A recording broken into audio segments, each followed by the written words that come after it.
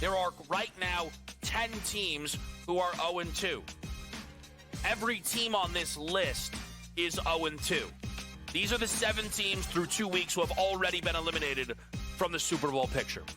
First, the Cleveland Browns, who I believe were the worst team coming into this season. The Cleveland Browns are absolutely done. Game time decisions. Only on SportsGrid.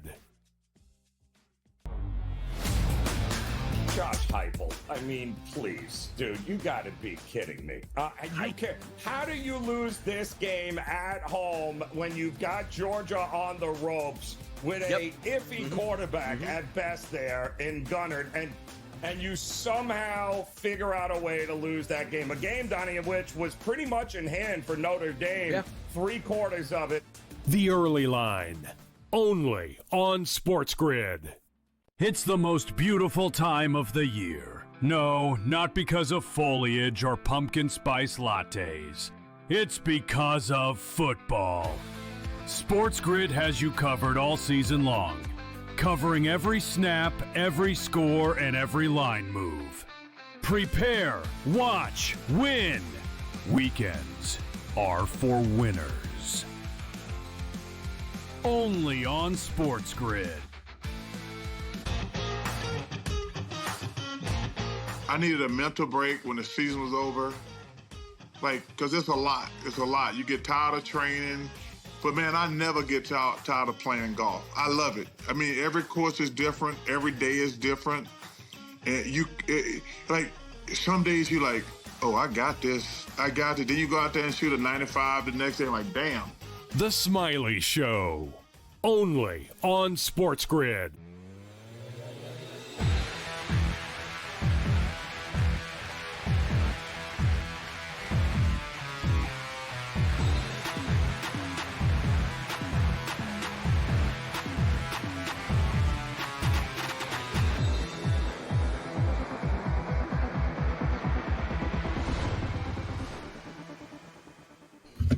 And welcome in. It is In-Game Live Game Day here on the Grid. Scott and Gabriel Morency for the next 3.5 hours or so, depending on how long the NFL game lasts, right up until the end of the game. Watching and, more importantly, betting on the world of sports. Little NFL, we got some baseball, little preseason hockey. System very nice for Gabe turning out yesterday.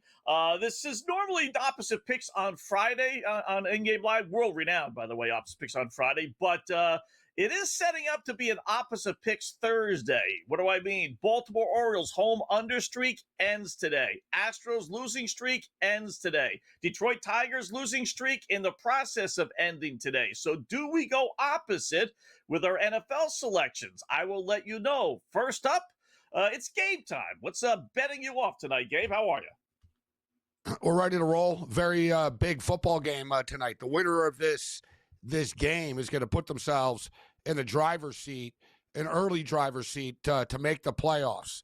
An extremely competitive, wide-open division. It's a week-to-week league, but this division is a week-to-week division. But I think the Seattle Seahawks are a better football team than people realize. Teams from the Pacific Northwest do not get talked about, right? They have to do spectacular things to get talked about. Seattle won 10 games last year, and I think they're better this year. McDonald can coach. Darnold has fit in. Kubiak, the new offensive coordinator, and Darnold have really clicked and hit it off. So excited to see what the Seattle Seahawks bring to the table tonight. All right, opening pickoff. We give out our selections for, I'm going to stick with I will say NFL. Gabe can go elsewhere if he wants to, Gabe. So opening pickoff, I'll start with an actual tease we'll use. I'm going to take Arizona plus the 7.5, bump it up from 1.5, 6-point tease, grab Arizona plus 7.5 at home, and then I'll take the over-under, lower at the 37.5, and go over 37.5. So Arizona plus 7.5, over 37.5 as a play, as a 6-point teaser. Arizona's definitely a contrarian look tonight, and I like this Arizona Cardinal football team, but they're better on the road than they are at home. I'm not a fan of the injuries that they have this evening. So we all know it's been discussed. If you have the internet, you know that the Seattle Seahawks have beaten them 7 straight times, 8 out of the last 10. Kyler Murray has struggled against division opponents. He's great on the road against the spread, but at home they've struggled. No James Conner tonight. And you throw in the fact that Will Johnson, their first-round draft pick, I should say second-round draft pick, early second-round pick out of Michigan, defensive back. I don't know why he fell so far in the draft because he's a baller. He's already their best defensive back, but he's not playing tonight. I believe the Seattle Seahawks will beat Arizona. All right. My next pick, I'm going to go all in. I'm going completely contrarian opposite tonight. I really am. I just don't like Kyler Murray. I don't think he's any good. We know that. But you know what? I'm in on Arizona tonight. Give me Kyler Murray. If Arizona's going to be competitive, they're going to win, if they're going to cover that 7.5 I have in my teaser, give me Kyler Murray over 211.5 passing yards, which isn't really a lot. I think this is a good game to tease, except I'm teasing Seattle up to 5.5. I believe if Arizona wins, I could live with an Arizona teaser as well. I don't think Seattle are going to blow Arizona out. But with that being stated, I don't think Seattle will get blown out. And I think I like Seattle to win, so I like to tease the team that I'm going to bet to win. But I'm going to go different. And at times, this is always a debate, guys. When you have a low total, do you tease it to an incredibly low number of 36.5, 37? Or do you think, you know what, it's low for a reason? I think this total is low for a reason. Arizona only snaps the ball every 33 seconds. It's the slowest rate in the National Football League. And they don't have a lot of, offensive weapons, truth be told. So I kind of get why they do this. So they slow the game down. Meanwhile, you got an Arizona Cardinal defense only giving up 17 points a game, ranked 5th in the National Football League. Seattle Seahawks defense only giving up 15 points a game. Second, stingiest defense points-wise in the NFL. So I'm going to take my chances. Let's tease Seattle to the under. So I got Seattle plus 5.5, and I get under 50.5. All right, right back on the Kyler Murray train for me. I'm going to go over 27.5 yards rushing. He's had at least 30, in fact, at least 32 in every game this year. Now they're giving me 27.5. Seattle doesn't have a lot of sacks, I will admit that, and generally you need a pass rush, but nationally televised game, big game. I think he's going to be on his horse tonight, Gabe. Getting 27.5 yards, that's almost 2 scrambles for him, so over 27.5 yards rushing Kyler Murray. Yeah, with no James Conner in the lineup, he's going to have to take off tonight. I do like that bet. I wanted to bring up the fact that the referee tonight, the head official, is Alex Kemp. This is a staggering number with Alex Kemp. Favorites are 19-1 straight up with Alex Kemp. For whatever reason, favorites win every time Alex Kemp referees a football game. 15-5 against the spread as well the last 20 games. The favorite is 15-5 against the spread, 19-1 straight up. And wow. Alex Kemp has not been kind for the Arizona Cardinals either. The Arizona Cardinals are 1-6 straight up the last 7 games that he has been the head official. He calls a lot of false starts and movement on the line. And Arizona are one of the leaders of this. So there's sort of a correlation of it. Of this is why Arizona doesn't do well with this guy. Each referee crew really sort of has a different thing that they highlight. This guy, for whatever reason, gets upset about the offensive line moving and stuff. And he really has his eye on it. And Arizona get pinched a lot for movement on the line. So they've struggled with Alex Kemp as the official. There's a lot of interesting trends with NFL referees. But as far as this football game is concerned tonight, Arizona can't stop the pass. They're good against the run, all right? They have a hard time stopping the pass. They give up they're 26 in the National Football League. I think Seattle are going to have success through the air tonight, guys. Love Sam Darnold over 222.5 yards. It's a very low number. These QB props are I'm old enough to remember when they were 295. Now we're getting 211s, 220s and stuff. It's a new era that we're in right now in the NFL, but I like Darnold over 222.5 passing yards. All right, last one for me for this segment anyway. I'm going to go Trey McBride over 63.5 yards receiving. He's by far Arizona's best wide receiver, or a tight end.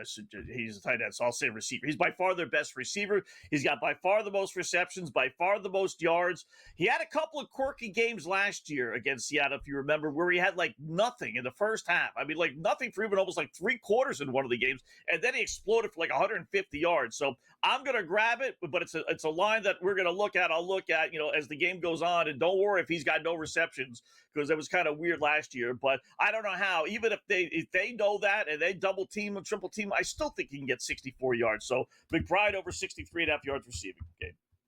I've got McBride to score a touchdown tonight. He will be a heavy target. Seattle have struggled with tight ends, albeit they get Love and Witherspoon back tonight. So they get their safety back and they get one of their DBs back tonight, which is going to be a challenge for McBride. But I think he is going to be the go-to target. Listen, I like Marvin Harrison over to 3.5 receptions as well. He had a big drop last week. He's had a slow start to the season.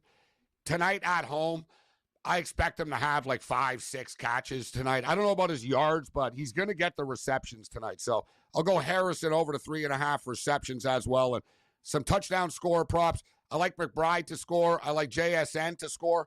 I like Kenneth Walker to score as well. All right, there you go. We got kickoff in about 5 minutes. I'll throw a couple of more bets on the other side, but there is the opening pickoff, as we like to call it, here on the grid.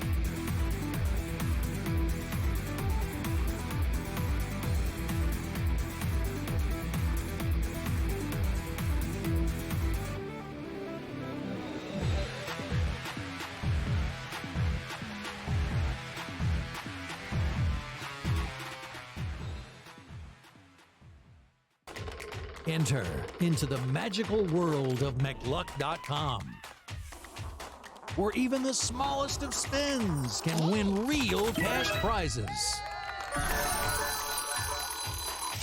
Adventure into over 1,000 of the best Vegas-style slot games. So what are you waiting for? Unlock your free welcome offer today. Join the fun where winners play and players win.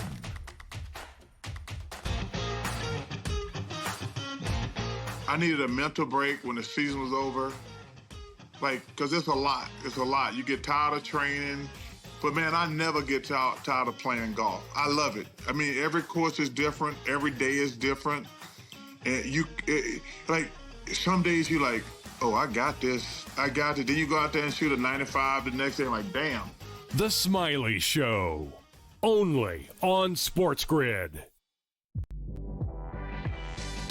I mean, I think so. You talk about how difficult it is to bring an expansion team into the league and have success in your first season. Like, that's fairly unheard of. And not only have success, but they're in the playoffs. So I think she certainly deserves to win Coach of the Year. There's a lot of different candidates that could potentially, you could make a case for them. But I think just with this being an expansion team and how difficult that is. Betting above the rim.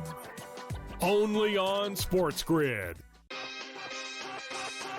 It was nice to see that even though they couldn't follow the same blueprint as last season, or just the way that everyone thought their offense was going to run this year, Josh Jacobs struggled and Jordan Love stepped up. And if you're a Packer fan, that's what you were hoping to see, is that in the moments where you can't rely on the run, can the quarterback that you invested a lot of money into, now draft capital, putting weapons around him, rise to the occasion, and he did. Game time decisions. Only on SportsGrid. It's the most beautiful time of the year. No, not because of foliage or pumpkin spice lattes. It's because of football. SportsGrid has you covered all season long, covering every snap, every score, and every line move. Prepare, watch, win. Weekends are for winners. Only on SportsGrid.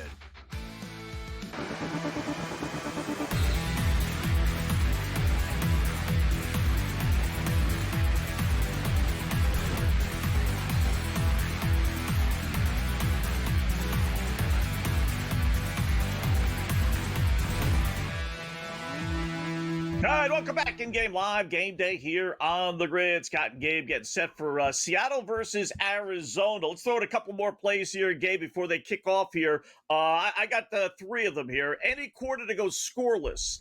I really don't think it's going to be a high-scoring game. They're giving you plus 230 on FanDuel. listen, you can even have a high-scoring game and somehow or another have a scoreless quarter, believe it or not. It happens a lot more than what you think. So I'll take that at plus 230. We always got to throw our correct score out. So I'll take Arizona, and I think they're going to win, cover the spread, right? So give me Arizona plus the 27-21. That same score that we use pays 175 to 1 on FanDuel. And then we were great on Monday night, so we got to go right back to the well with our first quarter score, then halftime and third quarter. So we hit with 7-7 with Detroit and Baltimore Monday. I'll lower it. I'll go 3-3 end of the first quarter. Arizona with a 3, whether it's 13, but more than likely 3, and then Seattle with a 3, and that pays 20 to 1. Not bad. So we'll put the fork there. 27-21.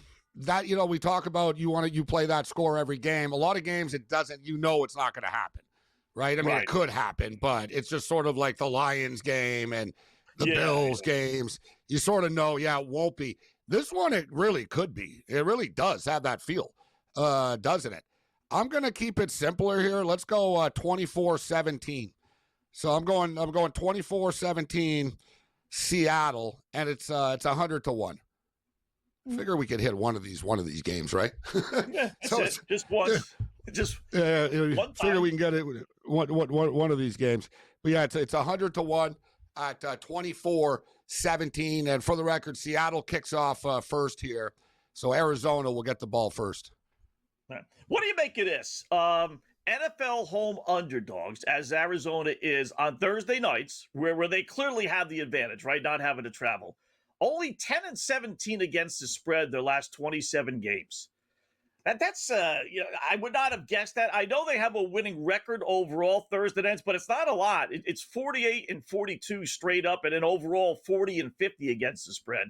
But a lot of that has been recently. When they first started doing Thursday nights, it was completely the opposite. Thursday night home teams dominated, and then it shifted. Well, that's a surprising number for me. Yeah, I think there's a randomness to it, these Thursday night games. I don't really think so much about the travel on Thursday nights. I think it's sort of like you talked about the international games where favorites do well. Yes. I think that the better team just handles situations better than the inferior team does, right? The better team travels to Europe. They do better, right? They're the better team. Right? The better team travels. It's a short week for both. I don't really think too much of the travel when you're talking about Arizona and Seattle either. Right? I mean, we're talking about a 2-hour flight, right? It's a quick it's a quick junket for them. And one thing too as well, Scott, in a modern era, these teams really have figured out travel a lot better than before. Number one, no one's waiting for a Delta airline right now. Yeah. Yeah, they're not waiting. They have private charters. They fly at the optimum time. They eat and get hydrated immediately off the plane. Like, there are people making hundreds of thousands of dollars a year, Scott, that are dietitians and sleep experts. Like, the team travel right now, it's not up to the player. Hey, get some rest there, Kyler, right? As he goes to Taco Bell. It's very controlled. Like, it's very, very controlled. Like, the second, like, they set up, like, rehydration tents. I've read that a lot of teams will have them waiting at the hotel. Like, if you dig into this deeper, Scott, like, fighters won't travel a couple of days before a fight, like, on a plane. Number one, you get germs on planes. Flying changes your body, your diet. It changes the composure, etc. Like, teams know this, right? So where I'm going with this is they've really made travel a lot easier for the player than it used to be. Yeah. I think what you said also from the top there makes a whole lot of sense too, Gabe. It doesn't really come into play in this game because both these teams are pretty equal, but better teams handle adversity better than the worst team. So whether you're on the road or at home or flying to Brazil or whatever the case may be, that's why that home underdog, right? Clearly, if you're an underdog, a good team will find a way to win. Bad team finds a way to lose, right? Short week, a lot of sort of like McDaniel. It's always got an excuse sort of after. Well, we put a lot of work in. If this went that way, well, no. It's a result-driven business, but I've always thought that about the international trips, that the better team wins, and I've always thought this about the Thursday night games as well. Just quite frankly, short week and also, Scott, especially on these Thursdays, if you're the better team, you don't really have a chance to practice that much for these games. No, like, you know not what I at mean? all. It's basically the coach is telling you the game plan and you got to execute it. So who would be able to do that better? A better team. Yeah. Right? It's almost like the better team. It's almost like, Gabe, a 2-minute drill before halftime, right? You always wonder. And you can even bet that. And if you want to bet a team will score in the final 2 minutes of a half, you got to lay like 2.5 to 1. It's crazy. Really? Big odds. Yeah. But it happens all the time, right? All the and time. why? Because 9 times out of 10, right? The Unless quarterback they missed the field goal. Yeah, but they normally get it to field goal range or a touchdown. And why? Because it's old school. It's backyard football. Hey guys, go out there and throw. Go ahead, Joey B, or pick a quarterback. Yeah, it's like the only 2 minutes that the quarterback actually has control of anything. He can drop back and just sort of throw to the open guy. Yeah. Yeah, and that's sort of like these short weeks. You're right. They don't have time to put game plans in. Monday, you're playing Sunday, right? Monday, you're looking at game films, you're relaxing. They have to get a day off, so they still get a day off on Tuesday, and they're on a plane Wednesday. They're not flying in Thursday. They have to fly in the day beforehand. So there's no practice. So it's kind of like, a 2-minute drill. Like I said, just go out there and play, guys. You're right. Tuesday's the day off for NFL players. Like, like they don't practice. You're not even allowed to call them, essentially. Like, it's like off limits. Except when they play on Thursdays. Now they'll get the weekend off. No, yeah. Well, right. Monday you're beat up from Sunday. So Monday is like healing, recovery, hot tub. They make you watch the tape of Sunday's game, right? And then Tuesday is the game plan. Wednesday's a little walkthrough, and then here you go. Yeah. It's amazing. So, all right, so Arizona gets the ball first. They got at their own 44-yard line, faced with a 3rd and 7 opening drive. So we'll see what happens here. 2 minutes into the game. The numbers are basically the same. Seattle's now laying 2.5. They're punting. Just like that. Not a 3-and-out, but a punt just the same for Arizona. All right, In-Game Live continues here on the Grid.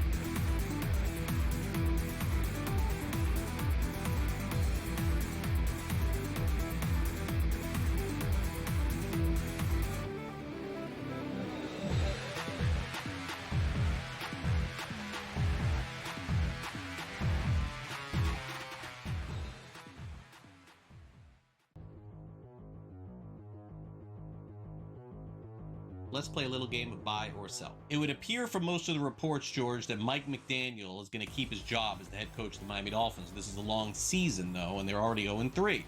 Buy or sell, McDaniel will be the Dolphins' head coach at the end of the season. He's going to get fired. All right, it's either now, later in the season, at the end of the season. He's not making it to next year. So the only question is, do they let him go towards the end of the season here? New York, Carolina, Chargers, Cleveland, Atlanta, Baltimore bye. Atlanta, Baltimore, Buffalo, Washington going into that bye. And that Washington game, by the way, is in Europe somewhere. So I don't think he survives that. I don't think he's going to survive the bye week. I think it's going to go 1-3 of those games, maybe even lose all 4 of those games. No. And I think they will trade some players away, so they're going to be a worse team than they are now here. No, I'm going to sell this. He does not make it to the end of the season. I think they're going to fire him after week 11, if I had to guess. I think it's the perfect spot because not only is there a bye week, tough schedule beforehand, but then you have New Orleans at home. Good place for a new coach to start. My thing is this, George, and here's why I am going to buy this. I think he's going to make it through the year and then he's going to be fired. Is because I just think it is rock bottom right now. They're 0-3.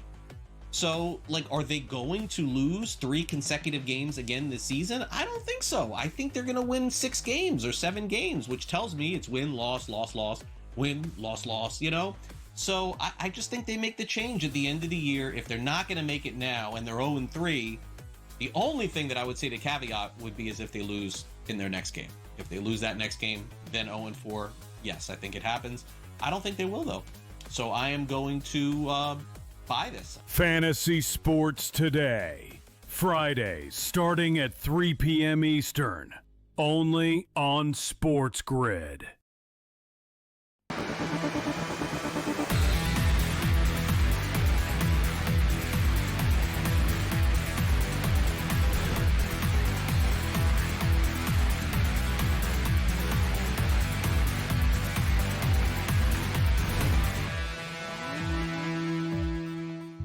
All right, welcome back in Game Live. Game Day here on the grid, just underway. Scott and Gabe until the end of the football game. We have no score. Opening drives for both teams resulted in nothing. So kind of the antithesis of what we had Monday so far, although Seattle still's got the football, but so far opening drives when we had that crazy scoring fest with Baltimore and Detroit. I didn't think we'd necessarily get that. And this was one of those game over-under wise. It's kind of like in the middle of nowhere. I generally don't like raising the number and then going lower when I put it in a tease. I like going with the number, lowering it, and going over because it's rare when you don't get at least come close to the 43.5. But that's why I played that scoreless, quarter at +2 and change here. Could I see this thing being, 17-14? Yeah, I certainly could. But we'll see how things turn out. Seattle's on the move here a little bit, laying 2.5. Over under is now 40. In a half, although they got it 3rd and 11. So I don't think either team. It's going to be one of those where both our teases win. Your tease and mine, believe it or not. It could. And you know what? A lot of these primetime games do, actually. And people don't do it often. I don't do it often, to be honest with you. I don't like middling things too much. Like if I'll pick a side, I'll double down on a side even, but a lot of these primetime games, you really can middle all 4 sides on a teaser. Yeah. Right? You have quite a window. You're turning, you got this big 14-point window on both sides. I hate betting unders. And I usually, historically, I'll lose by a half a point. There's a reason why I don't. People ask me, why don't you bet unders in football and basketball? And it really goes against me. I hate doing it. But I don't really do it, Scott, unless I'll do it in a teaser. Right. And, 51's a dangerous number because I only have this game under 50.5 now. This could easily, get, 51's not insane. But the fact of the matter is, Arizona's offense isn't that good. Let's just call it out for what it is. It's a pedestrian offense, and they have a very good defense. Seattle's offense can be good, but I figured Arizona is going to man up here and turn this into a slugfest. And right on cue, they stuff them on 4th down. So the one thing with the Seattle Seahawks, guys, Seattle want to run the ball and play smash mouth football and run play action. They're not very good at running the ball, Scott. It's like the one bizarro world thing with them. Like Kenneth Walker last week averaged 2.8 yards a rush against it. And it's weird. Their offensive line is playing well, but they're playing better in pass protection. But the whole thing with Sam Darnold is you got to be able to run the ball to throw the ball. Right? Like that's been a success. Everything's been off of play action because they get, they're running the ball a bit, but they just got stuffed. Arizona's done a good job. And I knew Arizona, Scott, coming into this game. They've got a good defensive line, Arizona. Their secondary is a little weak. I'm surprised Seattle didn't attack them through the air more on that first drive. Yeah. And, same thing I'm seeing to play now. Everyone wants to talk about the tush push and this and that is so successful, but, you got 4th and 1 and they hand the ball game 3 yards in the backfield. I don't get that. And sideways. And sideways. Like I've always had this discussion, on a podcast when I talk about like it's 4th and 1 and you're going to hand the ball 3-4 yards deep in the backfield to the running back. And I always tell people, you're playing 11 on 9.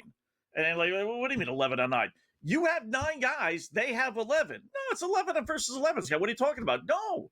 Your quarterback's not blocking, right? The running back who's got the ball's not blocking, right? Right. So you have 9 guys blocking 11, and you're handing the ball 3-4 yards deep in the backfield. You're asking 9 guys to block 11 for a good 2.5 seconds now, because by the time the running back gets the ball in his gut and makes his move and gets to the line of scrimmage, a second has passed. It's not easy.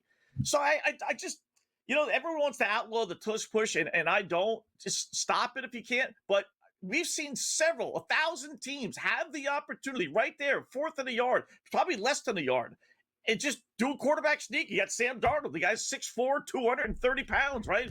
I mean, how difficult it is to get a half a yard, and yet they hand the ball off. Very frustrating. They don't want. Even though I got Arizona, I'm happy, but still it's frustrating. I'll tell you what. In the CFL, I find it kind of dumb sometimes because sometimes they don't score. But where I'm going with this is, in the CFL, when they're on the goal line, they'll put the backup quarterback in. They'll have a short yardage specialist on the team. So it's like whether it's the 2nd string or the 3rd string quarterback, he's either fast, he's big, and/or they don't mind getting him killed in the pile. Right. Yeah, they don't mind getting killed in the pile. And we're to the point now where I think the NFL should do that. But this is why. Yeah. How come people don't copy the tush push brotherly shove? They don't want their quarterback lying under 3,000 pounds of weight. Point blank. Jalen Hurts is super strong. He can take it.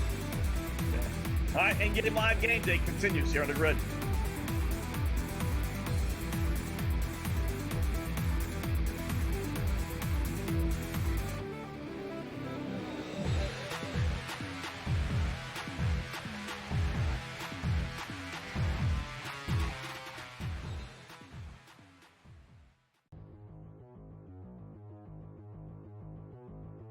Let's play a little game of buy or sell. It would appear from most of the reports, George, that Mike McDaniel is going to keep his job as the head coach of the Miami Dolphins. This is a long season, though, and they're already 0-3.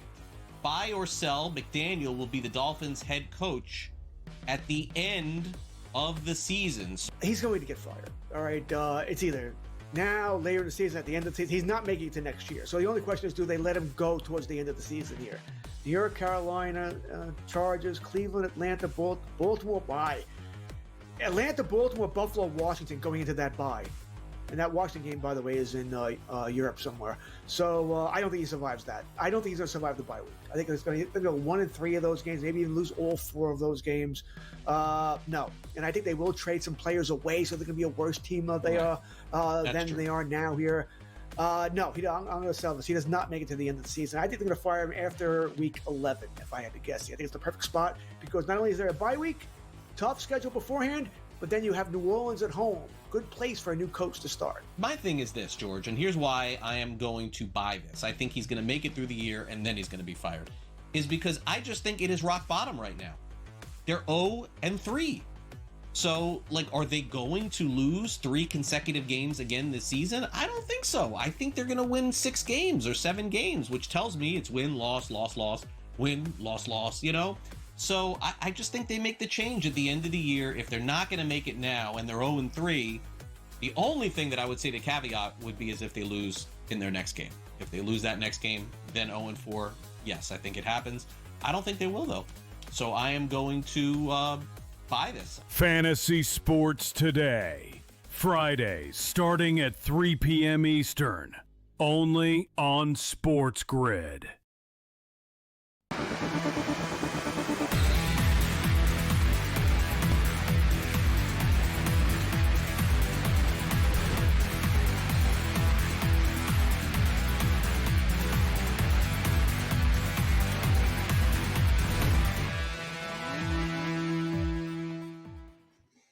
All right, first quarter in. We got a close play here. I guess it's going to be Arizona ball, or they're going to go to review with I've this. never seen this before. Weird. I've never seen this in my life. And I've seen it all. I'm sure you have too. Yeah. Never seen that. They're just very, like I said, we see all kinds of weird sequences. Right? There was the guy who was at Marshall. He passed away recently. May he rest in peace. Remember the Minnesota Vikings, Scott? He ran the fumble. Yeah, he ran the fumble into the wrong end zone. There was a guy in the summer league this year, his first game, he got a rebound and dunked it. Boom. And everyone looked at him. You just dunked it in your own basket. So we sort of have, Kyler Murray threw an interception to Kobe Bryant, of all people. Kobe Bryant, there's a Kobe Bryant on the Seahawks. He picked it off. He's returning it.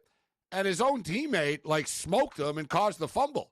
And we went to a break, but it looks like it's going to be Arizona's ball when we come back, Scott. I've never seen that before. It's got to be real close. The interceptor slid like a quarterback will slide, but I don't, know. So was he down? Did he give himself up? Did he give himself up? Right. But he's not down. I would call this a fumble. I think it's a fumble. Yeah. But he is down. He is down, actually, Scott. He's already sliding when he gets hit. But can you really save a team and bail out a team that their own player smokes a dude and knocks the ball loose? Yeah. He was trying to block. Kobe Bryant's returning it, and the guy on Seattle, it was almost like traffic, Scott, going in the wrong direction. Yeah. He was running towards Bryant, who's running at him, because he sees Marvin Harrison in a bunch of jerseys. So he's I'm going to go block someone. Instead, he just sort of stumbled and smoked, like he fell into. But yeah, it was actually like his knee that knocked the ball loose, and it's Arizona football. Wow, what a strange turning of events. It's Arizona ball. That's at the Seattle 35-yard line too. This is not like at midfield or no they big deal. They just picked up a first down on first down. Wow, that's crazy. What a turning point! That's we saw, first game of the year, right? We had Kansas City, Travis Kelce running into Worthy, knocking him out for the next 2-3 weeks, how long that's going to be, right? We had a player spit on someone before the game started. We had a player spit on somebody, yeah. Then we had somebody step on somebody too. Somebody stepped on somebody too, I thought, or something similar to that. But yeah, there was a college game the other day. There was a college game the other day where the field goal kicker made a kick. I think it was a Tennessee Volunteers, and guy on the other team, man, just like totally like tried to break his ankle after the old stomp on the foot. Like it was deliberate. Oh yeah. So I didn't see about someone stepping on someone in the NFL, but I know it happened in college. It was over the top. The SEC, these dudes are very dirty in the SEC. There's a lot of extracurricular the old shoves when they get up on the chest. They'll step on your fingers in the SEC if they can. That was the old Buddy Ryan trick. Buddy Ryan used to tell his defenders, always step on the quarterback's fingers if you can when he's down. You know what I mean? Like, so when you sat, whatever, you get him, oh, sorry, and you step on his foot, like you put your foot into, pretty Bush League type stuff. Yeah. I remember I had a high school game where one of the teams we played, a guy did. I'll never forget that. 40 years ago, I still remember that. The guy would be like, when he tackled you, he would be punching you. And he would you grab your come down. Yeah. He would come down and his fist would be in your gut. Yeah, I'll never forget that 30 years later, right? It's like, dude, just go into bare knuckles fighting, bro. That's what you want to do, right? Like, what are you doing playing football? Yeah. I wonder, maybe that's what happened to Mateer for Oklahoma, who was able to play the whole game this past week. And then after the game, they realized he's got a busted throat. Oh, yeah. There's a lot of little things we don't see, too, in these piles and stuff, Scott. Like, the SEC in particular, right? Every single game is a rivalry game. I mean, they all hate each other. Up with a game. They all hate each other. And the fans are egging it on. It's a hostile environment, Yeah. So... All right, so we got Arizona first down at the Seattle 16-yard line. So they're moving the ball slowly but surely down the field. So my 3-3, 20-1, I need a field goal here. But I need Arizona more, so I'm rooting for a touchdown. But at least I'm in field goal range as far as that's concerned. If we do what we did on Monday with that again, you didn't play. It wasn't going to be. It wasn't going to be 7-7 all the way through tonight, right? It worked out. That was a good game for it the other night. This one, I thought, 0-0, 3-3. You know what I mean? 3-3, 3-3, 3-3. Like, ultimately, but I did not play the long field goal tonight. I had people in the chat. Shout out to everyone in our chat on X. And on Twitter, people were asking when I posted my picks about the long field goal. I'm not going to play it for the sake of playing it all the time, Scott. Like, just blindly. Good for you. 51.5 is not, you're not giving me that's not a good bet. Like, you know what I mean? Like, 50-1. These guys, are they known for drilling, 52-yarder? That's not automatic, man. Like, you know what I mean? Like, they're all do it. Sometimes, all right, it's 51.5 or 52.5, but it's a Dallas Cowboy game. So, fine. You're not scaring me away. Right? Yeah. You know what I mean? Or the Lions the other night. I didn't win that bet with the Lions, but they did try a 67-yarder. Right? But there's a lot of teams in the NFL, Coach Scott. The coaches will rather just go for it. There's not as many field goal attempts as someone that bets this prop in the modern era, Scott. You know what I'm saying? Like, they're at the 30. They're like, no, 35, and it's 4th and 4. We're not kicking a 54-yard field goal that we might miss. We're going for it. Coaches go for it a lot more now, and there's less long field goal attempts. Yeah. They just happen to make them when they try them, Scott, but there's less of them. You know what I mean? There's no between 35 and 45 or 45. Oh, they used to kick all the time, bro, on 4th and 8 and stuff. Now these psycho coaches go for it. Like, you don't know what they're going to do. Yeah. Arizona's got 4th and 3 now at the Seattle 9. Now, I would think they would kick a field goal here, but this is kind of wimpy, actually, of them almost, I'm thinking. And normally I'm like, take the 3. Normally, I'm going to take the 3 guys, Scott. But would you agree with this? It's 4th and 3. You just got the pick. Like, it's kind of deflating after you just got the ball back the way you did. Like, I'd be inclined to want to go for this if I was Arizona. And now I'm the hypocrite. I'm like these cycle coaches. Now I'm like, but you see how the mind thinks, Scott? Like, wouldn't this bother the hell out of you if you're the OC right now? Just thinking, God, like, I can't believe we're going to kick a field goal here from the 9-yard. It's so Bush League. Like, when they should have, realistically lost the ball. Right? I mean, so. But that's good that you don't do it every game, Gabe, because it kind of reminds me. I had I forget what it was, something goofy. I went to fix my card. My card had a 3-digit number on it, right? So I said, all right, I'm going to play the pick 3. So I go to the drugstore. I said, give me a 4, 5, 6 straight, right? He's like, day and night, or which one? I'm like, what do you mean? He says, well, we have a day drawing and we have a night drawing. I'm like, what? It's pick 3. You should have said both. Day and night? Oh, yeah, that's a big thing there. Yeah. So it's like, go give me both, because I know if I play the day, it's going to come in at night, So you get suckered into doing this all the time because you're afraid it's going to come in. Yeah, so it's good that you had the wherewithal to say, no, you know what? I'm not going to do a 51-yard field. What are you kidding me? 52-yard field I'm going to need. So sometimes you just got to accept the fact, even if it does happen, it's not a wise bet. So, but I didn't do it tonight, though, with the hockey, Scott, and I kind of knew. Good. And I was going to bring that up. They were 12-5 the last 2 nights. Nice run. We called it. I said it. The top players don't play in the first 2 games. Now they are. We're into game 4 now, game 5, game 3, 4. Like, now the players are starting to play. Look at the scoreboard right now. 5-2, 4-2, 4-2. Yep. There's 3 overs right there. Now, the late games, it's weird, though. The East Coast games have been going over, and the West Coast games have been going under all week, Scott. So maybe that evens out. The books adjusted. They made it all 5.5 tonight, and, like, plus money, though. It was like, people, these little trends don't last forever, right? Like you said last week, we got to always find new ones. You always move on to a next one now. What's our new one? Yeah. To think that was going to happen throughout the entire postseason, or preseason, rather, was just like, nah, you said it. Once the stars start playing a little bit more. Run. It's a nice run, 25-12. Yeah, absolutely. Take that for sure. All right, we'll update the lines of the football when we come back in Game Live.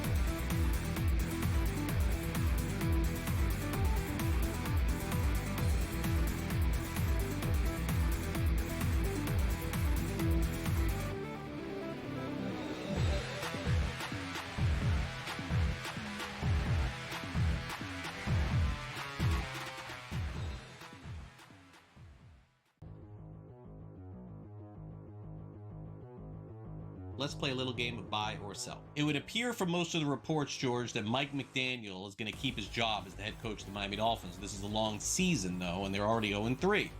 Buy or sell, McDaniel will be the Dolphins' head coach at the end of the season. He's going to get fired. All right, it's either now, later in the season, at the end of the season. He's not making it to next year. So the only question is, do they let him go towards the end of the season here? New York, Carolina, Chargers, Cleveland, Atlanta, Baltimore, bye. Atlanta, Baltimore, Buffalo, Washington going into that bye. And that Washington game, by the way, is in Europe somewhere. So I don't think he survives that. I don't think he's going to survive the bye week. I think it's going to go 1-3 of those games, maybe even lose all 4 of those games. No. And I think they will trade some players away so they're going to be a worse team than they are now here. No, I'm going to sell this. He does not make it to the end of the season. I think they're going to fire him after week 11, if I had to guess. I think it's the perfect spot because not only is there a bye week, tough schedule beforehand, but then you have New Orleans at home. Good place for a new coach to start. My thing is this, George, and here's why I am going to buy this. I think he's going to make it through the year and then he's going to be fired. Is because I just think it is rock bottom right now. They're 0-3.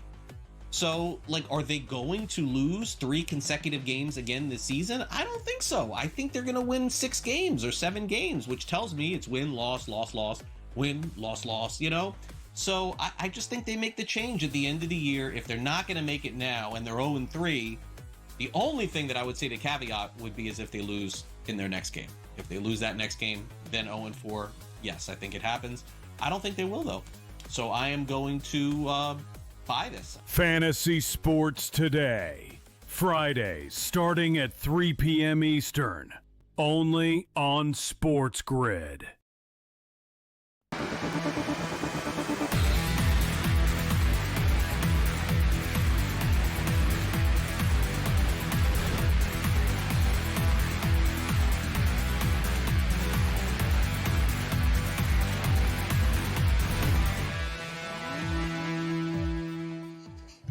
welcome back in Game Live. Game Day here on the grid, hour number 1. So we got 3-0 Arizona in the NFL game. We'll get to the college game here. It's 21-0 East Carolina over Army. So we need a field goal here. We got 2 minutes and 32 seconds. Good news is Seattle is driving, and they're in field goal range. We just need to stop now from Arizona. We could hit this 20-1. Boy, we have had a great run if we hit this one.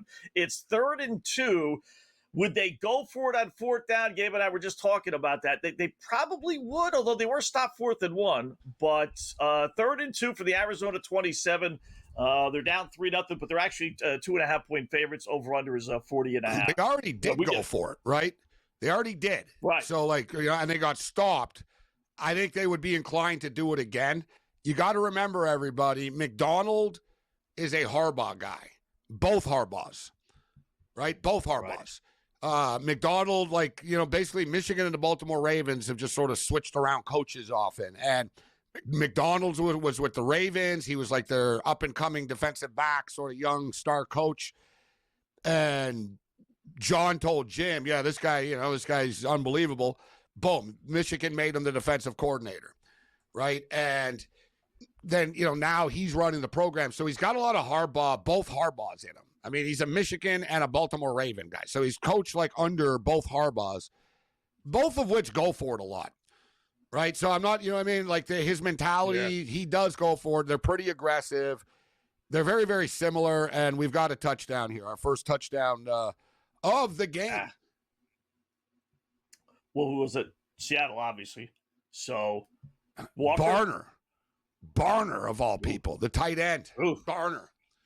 One of their tight ends. One of them, yeah. That's the thing with Seattle. They don't really have, JSN is a stud. I guess he's a star. He's turning into one, but it's a diversified passing attack, Scott. They mix in these no-name tight ends, and that's what it's kind of an unpredictable offense. I've seen a lot of quarterbacks this week and former NFL quarterbacks talking about Seattle's offense and about how tricky it is actually. That Sam Darnold actually has 3 different options almost on every play. And not just read, Scott. He can switch things up, different layers. And then we're talking about how just if you're a defense, there's a lot of stuff going on in the pre-snap with Seattle that throws teams off. And you saw that. Look, Barner was wide open in the end zone there. Yeah. All right, so 7-3, extra point is good. A minute 33 left to go Man, in the first quarter. Total's up to 44.5 now. Oh, boy. Yeah. Yeah. It's a track meet. It's amazing. This might be the goofy game. You expect a low-scoring one, and who knows, sometimes you get these teams and you get, crazy games, short, weak, defenses a little tired and everything else. So 4.5 is now the point spread for Seattle, and you said 44.5. So I thought about, putting a couple in there first quarter and 7-3. I wasn't going to go 7-7. I probably would have, if I would have done 7-3, I probably would have taken Arizona 7-3 since I'm betting on them. So I can't even say, well, I thought about Seattle 7-3. But all right, we played the CFL. I talk about it a lot. The both teams to score in the first quarter parlay. Right. And I like the fact because you get the extra. You can, there's the potential of a single point. That's a little bit of a bonus. But the fact of the matter is, it almost always hits in the NFL as well. Look at this first quarter here, how ugly it's been offensively. We got 10 points. Yeah. With field goal kickers now kicking from, 50-plus yards, and with the you talk about the good field position that teams get, generally, both teams will score in the first quarter. And it's a nice little quick parlay for the impatient, right? The people right.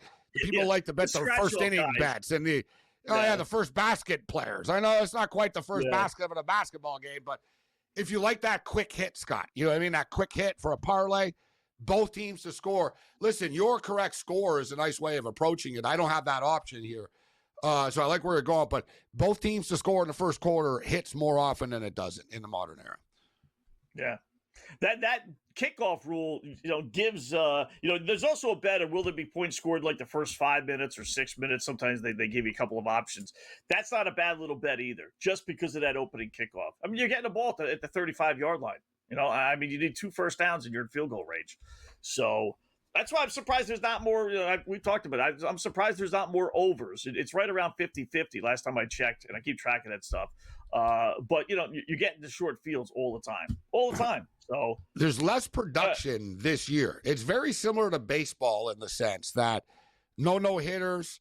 Once again, this is going to be the second year in a row in baseball that there's not a team that wins 100 games. It's pretty wild. Like nobody's even winning 100 games anymore. Not even close. I saw a number here, something to think about for future bettors next year when you see the 104.5s and stuff like that. Yeah. People just don't get there anymore. But I saw the total yards per game, Scott, in the National Football League. I'm trying to find it now. There's so much stuff out there, but it's low. Like it's low. Like the yardage is down. We talk about it, dude. These teams are like chewing up a bunch of clock. They're not scoring at the end of the drives.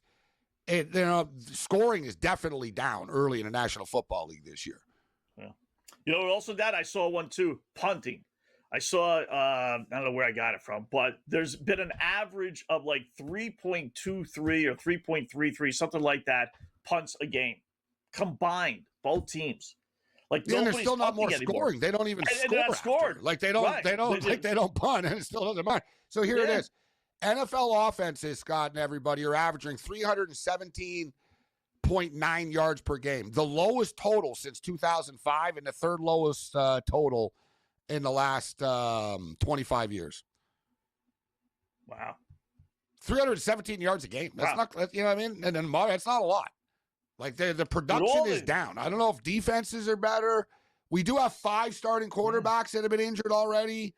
I guess there could be a bunch of reasons for it, Scott, but facts are facts. Like, the number 317 yards a game only. That's the NFL average. That's crazy. I'd like to see the number of plays in games this year, last year combined or compared to 3, 4, 5 years ago. I bet it's less plays.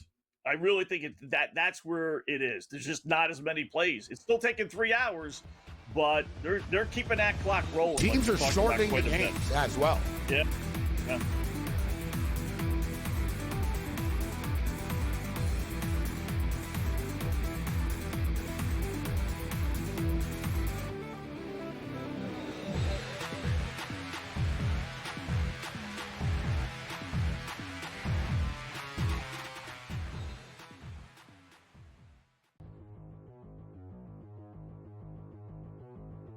Let's play a little game of buy or sell. It would appear from most of the reports, George, that Mike McDaniel is going to keep his job as the head coach of the Miami Dolphins. This is a long season, though, and they're already 0-3. Buy or sell, McDaniel will be the Dolphins' head coach at the end of the season. He's going to get fired. All right, it's either now, later in the season, at the end of the season. He's not making it to next year. So the only question is, do they let him go towards the end of the season here? New York, Carolina, Chargers, Cleveland, Atlanta, Baltimore bye. Atlanta, Baltimore, Buffalo, Washington going into that bye. And that Washington game, by the way, is in Europe somewhere. So I don't think he survives that. I don't think he's going to survive the bye week. I think it's going to go 1-3 of those games, maybe even lose all 4 of those games. No. And I think they will trade some players away so they're going to be a worse team than they are now here. No, I'm going to sell this. He does not make it to the end of the season. I think they're going to fire him after week 11, if I had to guess. I think it's the perfect spot because not only is there a bye week, tough schedule beforehand, but then you have New Orleans at home. Good place for a new coach to start. My thing is this, George, and here's why I am going to buy this. I think he's going to make it through the year and then he's going to be fired. Is because I just think it is rock bottom right now. They're 0-3. So, are they going to lose 3 consecutive games again this season? I don't think so. I think they're going to win 6 games or 7 games, which tells me it's win, loss, loss, loss, win, loss, loss, So I just think they make the change at the end of the year. If they're not going to make it now and they're 0-3, the only thing that I would say the caveat would be is if they lose in their next game. If they lose that next game, then 0-4, yes, I think it happens. I don't think they will, though. So I am going to buy this. Fantasy Sports Today. Fridays starting at 3 p.m. Eastern. Only on SportsGrid.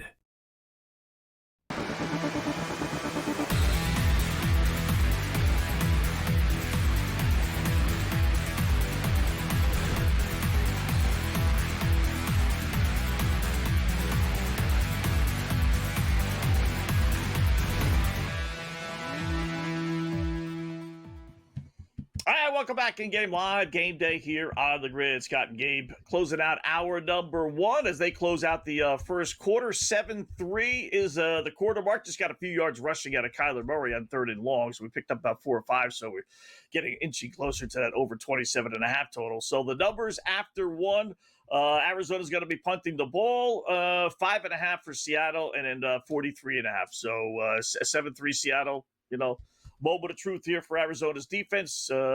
Seattle should get the ball halfway decent field position, trying to up their lead 7-3. College football game. I don't have the Army game because I'm here in New York. I know the score, obviously. I can look at that, but I don't have the betting lines on Army. We both are on the over on that one. I'm a little surprised. Last time I checked, it was 21-0. Right now, it's still 21-0. Yeah. It's still 21-0. It's 21.5 right now. And the total is 48.5. I expected this to be a closer, high-scoring football game. A little bit upset with myself because I even took East Carolina last week against BYU, and then they ended up losing like 38-14. I'm not surprised. Army's, ironically enough, they can't stop the run. You figure they practice against it every day. They'd be able to stop it, but they can't. And so other teams have been scoring. Anyone who's paying attention to Army football has seen teams have been scoring. They gave up 41 last week to North Texas. And now, though, this was bizarro in the world to me, that Army can't score, Scott. And Army just got stuffed they just went for it on a 4th and 1. Yeah. On their own, like their own 25 type of deal. Yeah. Yeah. They figured there's no way we don't get this, and they got stuffed. Yeah. Wow. They football 2025, right? Even at an Army, even at a conservative Army, 4th and 1 from your own 25 with 2 minutes left in your even Army's going for it nowadays. That's funny. Wow. You're right. You're right. The most disciplined. No, we're punting. Yeah, it's only 20. No. Army's like, no, we're going for it. Of course we are. And not only did it got blown up, like they didn't just get stopped. They lost yardage on it. This Army rushing attack is not phasing East Carolina. And listen, they beat East Carolina last year, Gabe. 45-28. Yeah. So it's not even like they haven't had success or whatever. I like the over this game. I thought this game was going over 52 tonight. It could, but we need Army to score. Right. Yeah, we need. Yeah, but the thing is, East Carolina aren't winning 52-0, right? We need Army, Scott, to give us 2-3 touchdowns, man. At least 2. You got to keep our East Carolina thinking, okay, we got a game here, so we're going to continue to throw the ball versus, 21-0. Well, maybe 45-7? How about 45-7? That's a possibility. Look, let's say they get up 28. Dude, East Carolina won't let up. They won't let up, Scott. Yeah. You know what I mean? They're trying to build a name for themselves here. They're on national television, even I was watching the NFL, etc. But I'm not saying they're capable of scoring 60, but 45 is doable if they score here. They could put up another 17 in the second half. I could see that happening. See what they did last week? I was starting to tell this story the other day. So I had BYU, right? So BYU's leading 6-3, Gabe, as they close out the first half. They punt the ball away, less than a minute left. East Carolina touches the punt, rolls backwards, but they recover it at their own 1-yard line. There's 50 seconds left. BYU has 1 timeout, right? So you would think you just hand the ball off a couple of times and you get out of there trailing 6-3, right? The East Carolina team, they throw a pass. Picked off, pick 6. I'm like, of course what they are do. you doing? You're on your own 1-yard line. There's 50 seconds left. The opposing team can't force you to punt. They only got 1 timeout. Take 2 Ds if you want to, for goodness sakes. Some of these coaches are just dumb as a box of rocks. Same thing happened on the Hail Mary in the Nebraska game. It was bizarro world. The same thing. So it's the end of the first half. There's 48 seconds, 50 seconds left. There's a lot of time left. And Nebraska has no interest in doing anything with it. And it was okay, it was really crazy. They have no interest. They're at midfield, and it was they handed it off right up the middle. The crowd is booing and stuff.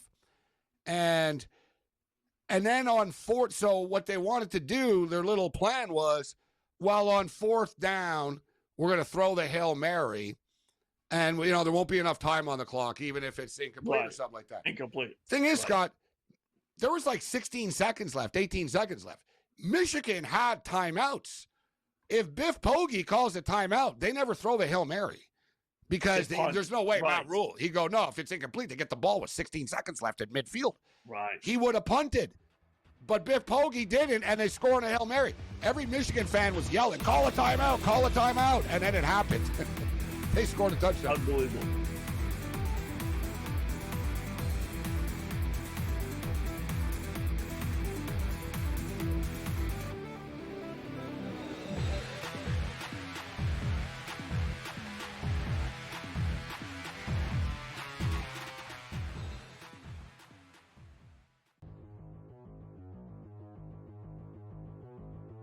Let's play a little game of buy or sell. It would appear from most of the reports, George, that Mike McDaniel is going to keep his job as the head coach of the Miami Dolphins. This is a long season, though, and they're already 0-3. Buy or sell, McDaniel will be the Dolphins' head coach at the end of the season. He's going to get fired. All right, it's either now, later in the season, at the end of the season. He's not making it to next year. So the only question is, do they let him go towards the end of the season here? New York, Carolina, Chargers, Cleveland, Atlanta, Baltimore, bye. Atlanta, Baltimore, Buffalo, Washington going into that bye.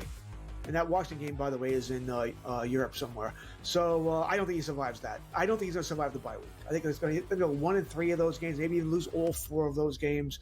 No. And I think they will trade some players away, so they're going to be a worse team than they are now here.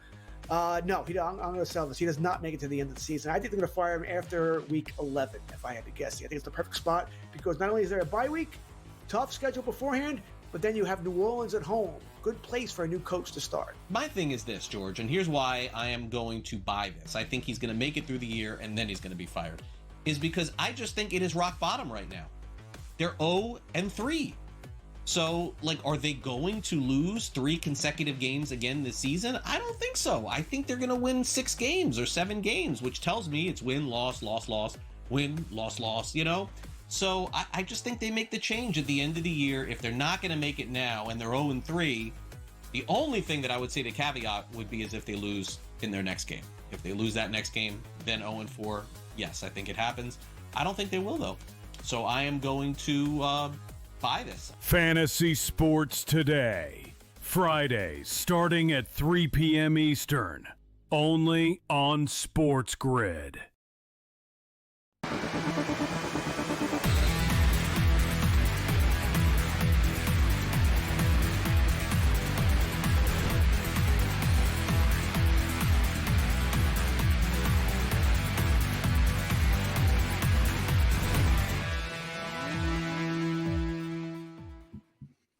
All right, welcome back in Game Live. Game Day here on the grid. Scott and Gabe, hour number 2. So we got football, we got a little baseball as well, keeping an eye on, and the preseason hockey, obviously. First guest of the evening, Sean Higgs, winnersandwhiners.com, is also on the Believe Network. Check out his podcast. That is the Midday Money Show. What's going on, Sean? How are you tonight, bud?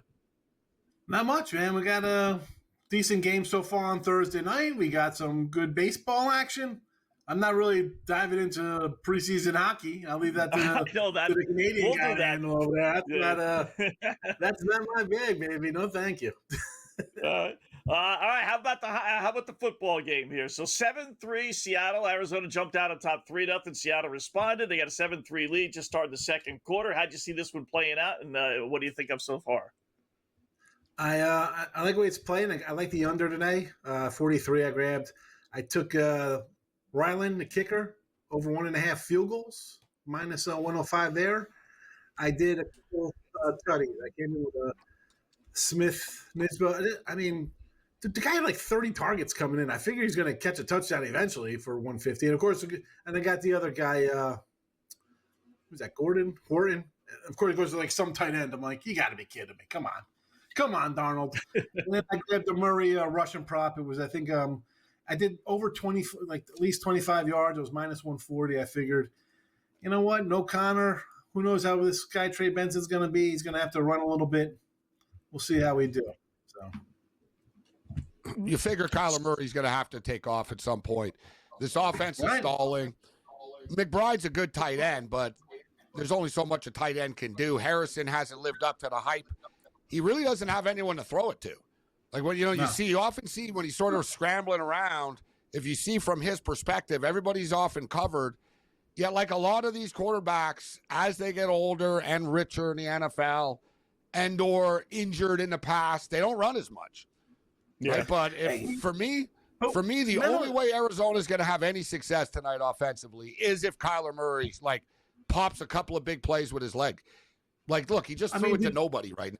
They can't. They're almost like the Dolphins. They're almost like the Dolphins guys in this. They're almost like the Dolphins guys in the sense that it takes like 12 plays, Scott. You know what I mean? Like with Arizona, there's not that big play. So like he needs to take off to give him that big play because they can't string together 12, 13 plays in a row of these little 5-yard dump offs. You just said like he threw to nobody. He threw to Harrison. That's like the interception he threw. Harrison stopped running a route and it was just a dime to the safety. They're not even on the same. Forget about the same page. They're not even playing the same game. How are you that far off? He's running downfield. He's throwing an out route, and then your runner he stops, and then he keeps throwing and throws a pick on. That wasn't pretty. And you'd think, when is this guy going to take the step forward? Barton Harrison, McBride. I mean, I know Connor got hurt. It hurts, but I mean, you think you got a couple pieces there. Is it time to move on? What happened? What why pieces, is he though? not? What pieces do they have? Yeah, I mean, Harrison should be the one, right? I mean, he was good. I never thought he was great in college, and that's when the Big Ten was 3 teams and everybody else. So you could put up some phony numbers in the Big Ten at Ohio State, but I didn't think he'd be this insignificant. It's like a 50% clip with the Ohio State guys. There's so many of them that go to the NFL, the wide receivers, but they're not all going to be dominant, right? Like everyone thought that, it's like I said, it's like 50-50. With the Ohio State guys. Ibuka looks like the real deal. Look like Ibuka, but look at Ibuka. He has Baker Mayfield in a pass-happy offense, right? So, it's a lot of the situation you're in and stuff. But, yeah, Harrison, it's still early in the season. But this Arizona offense is just brutal. Let's just call it out for what it is. But, I mean, listen, you said about Harrison. I think you could say that about whether it's a wide receiver, a quarterback. It all depends where you land, but the hype on Murray, you thought, he's got a new coordinator, it'll be good. The tight end looks pretty good. I thought I said, you said what pieces? I thought the tight end's pretty decent. You think Harrison's supposed to be pretty good? Yeah. Like all these guys are supposed to be good. Kyle Pitts. I remember. Come on, everybody loved that guy coming out. What's he done? Yeah. Nothing. So it kind of comes to where you fall and what kind of offense you're around. But are you a Murray guy? I am not. Are you a Kyler Murray guy? Sean? No, if he covers for me, I like him. I mean, that's about it. I mean, I had him in week one. They pulled, but again, you barely pull that out against the Saints team. What? I mean, Rattler never won a game before. You had to hang on to the bitter end to win that game versus a new head coach. That dude had Dak and couldn't really. Yeah, but they're also 2-1, and they were one play away from winning last week. Right, McCaffrey popped a big run, big little screenplay late in the game. They lost on a field goal. So they get a first down. They get a first down after safety. They win the game too. Yeah, if the guy kicks a field goal, they win. If he makes the field goal, look, they're a best case scenario. They're like a 10-win team, and on the bottom end, they're like an 8-win team. Like they are who they are. So I don't like. You know what I mean? They needed to hold on versus the Saints. They needed to hold on versus Arizona, and you blew a big lead. Who they play Carolina, the Carolina game they had to hold on to. I don't know. If these guys are so it's like San Francisco need to hang on against Jacksonville. You play who you play, right? You're gonna go through who they beat and who this and that. The record is the record. Nobody cares about in the end who you played or whatnot. Look, Arizona, they're a good road dog. That's their role. Right? They're a good road dog. They've never been a good home team for whatever reason.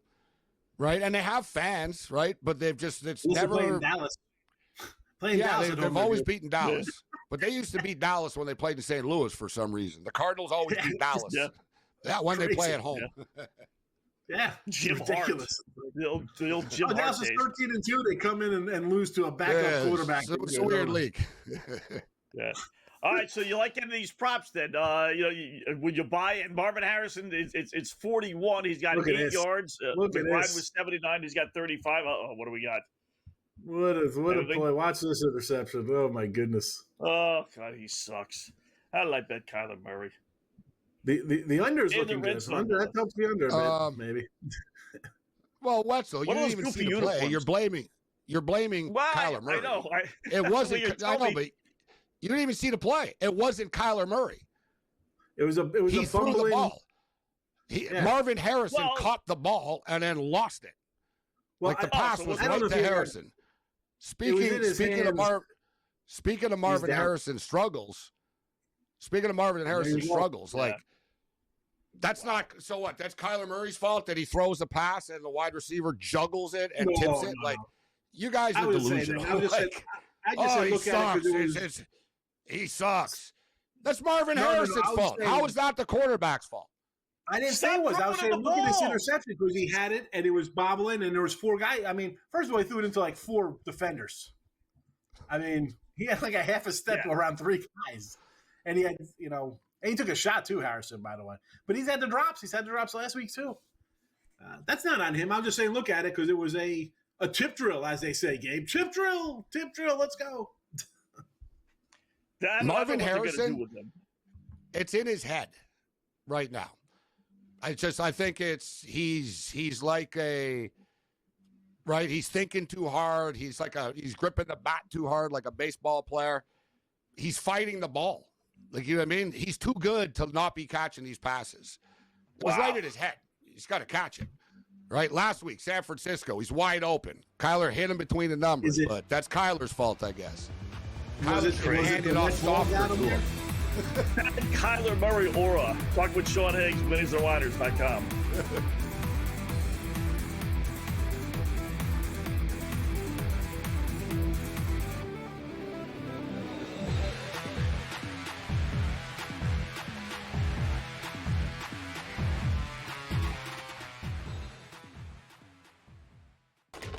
Enter into the magical world of McLuck.com, where even the smallest of spins can win real cash prizes.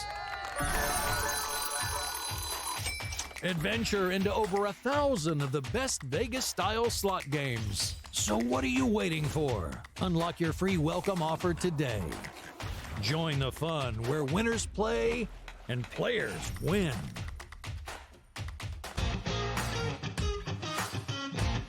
I needed a mental break when the season was over. Because it's a lot. It's a lot. You get tired of training. But, man, I never get tired of playing golf. I love it. I mean, every course is different. Every day is different. And some days you're like, oh, I got this. Then you go out there and shoot a 95 the next day. I'm like, damn. The Smiley Show. Only on SportsGrid. I mean, I think so. You talk about how difficult it is to bring an expansion team into the league and have success in your first season. Like, that's fairly unheard of. And not only have success, but they're in the playoffs. So I think she certainly deserves to win Coach of the Year. There's a lot of different candidates that could potentially, you could make a case for them. But I think just with this being an expansion team and how difficult that is. Betting above the rim. Only on SportsGrid. It was nice to see that even though they couldn't follow the same blueprint as last season, or just the way that everyone thought their offense was going to run this year, Josh Jacobs struggled and Jordan Love stepped up. And if you're a Packer fan, that's what you were hoping to see, is that in the moments where you can't rely on the run, can the quarterback that you invested a lot of money into, now draft capital, putting weapons around him, rise to the occasion, and he did. Game time decisions. Only on SportsGrid. It's the most beautiful time of the year. No, not because of foliage or pumpkin spice lattes. It's because of football. SportsGrid has you covered all season long, covering every snap, every score, and every line move. Prepare, watch, win. Weekends are for winners. Only on SportsGrid.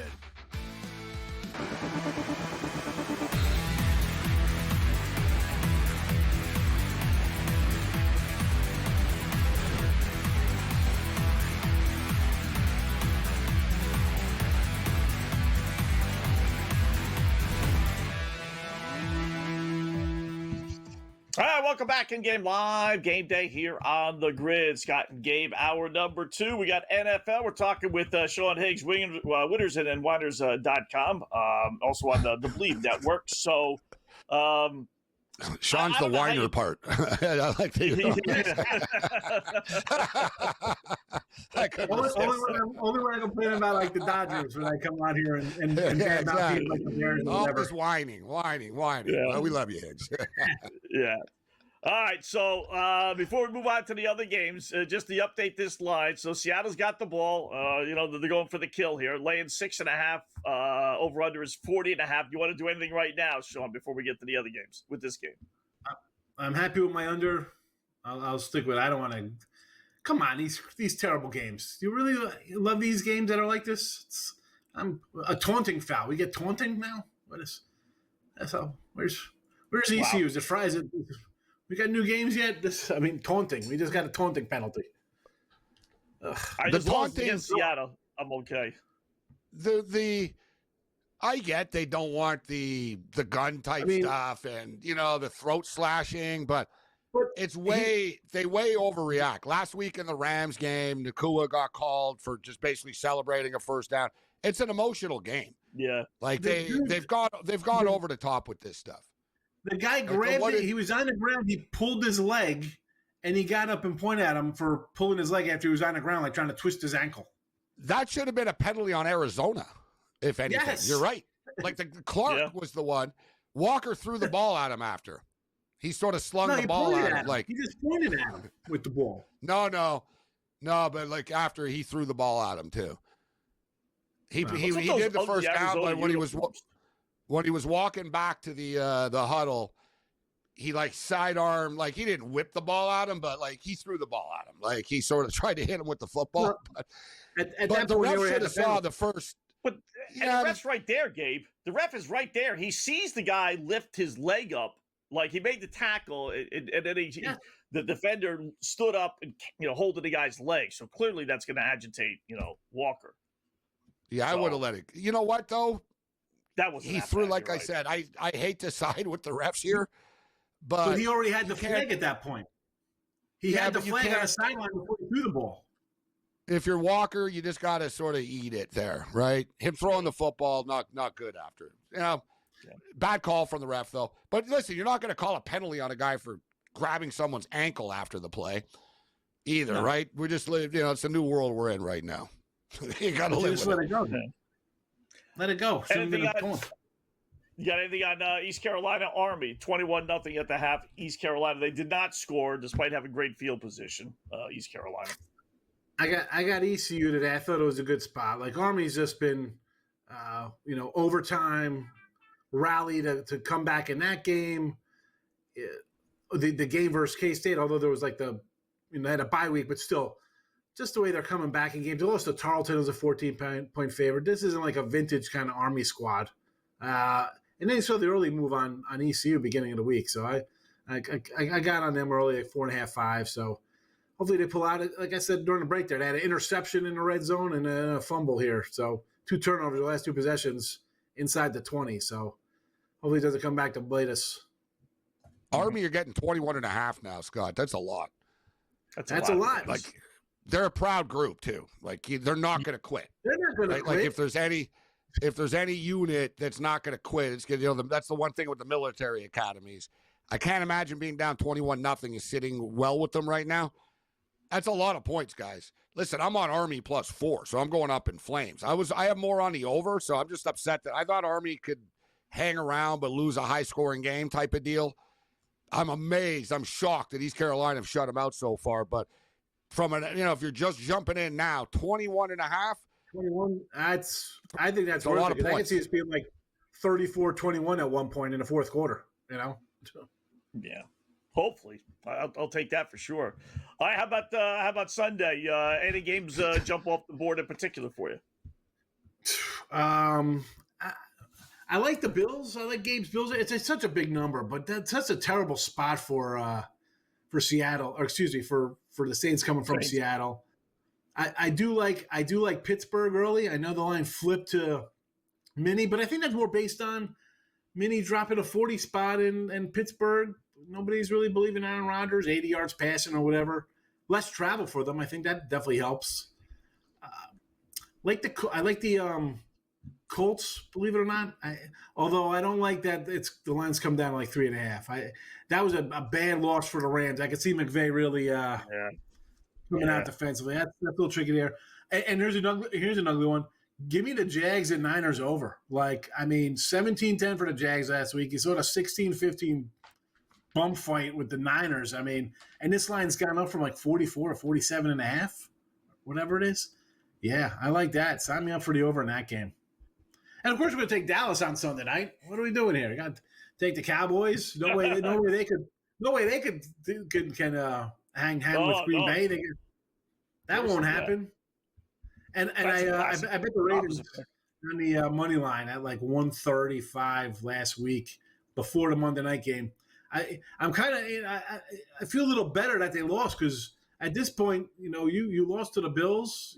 You can't lose to these guys if you want even a 2 seed now. And again, Kansas City, they have not. This is a team that just plays within a possession, and you're going to play that with a team that's could outscore you. Sign me up for Baltimore in a bounce back spot. I know they're not Cleveland, but we saw them drop whatever they dropped on Cleveland after a bad game against Buffalo and collapse it. I think we see that right out of the gate here. Kansas City's not going to be able to keep up with them. Loser's going to be 1-3. Not going to be pretty for the loser. And the winner of this game tonight is going to be 3-1. Right? So that's why I said, it doesn't matter who you played in the past. The standings are the only thing that matters. That's it. Yeah. That's crazy. One of these teams, just think about what you just said there, Gabe. One of these guys is going to be 3-1. Yeah. In a game that and could the look Chiefs like and the Ravens going to be 1-3. This game looks like it could end 17 or 19-12. And the Ravens are playing 41-40 games. It could be 1-3. It's crazy. Crazy. Defense matters. Yeah. Sean, great job, man. Check out his podcast, Midday Money on Believe Network, and then the website winnersandwhiners.com. Judges overrated. He's Steve Spencer on PED's Cal INBC.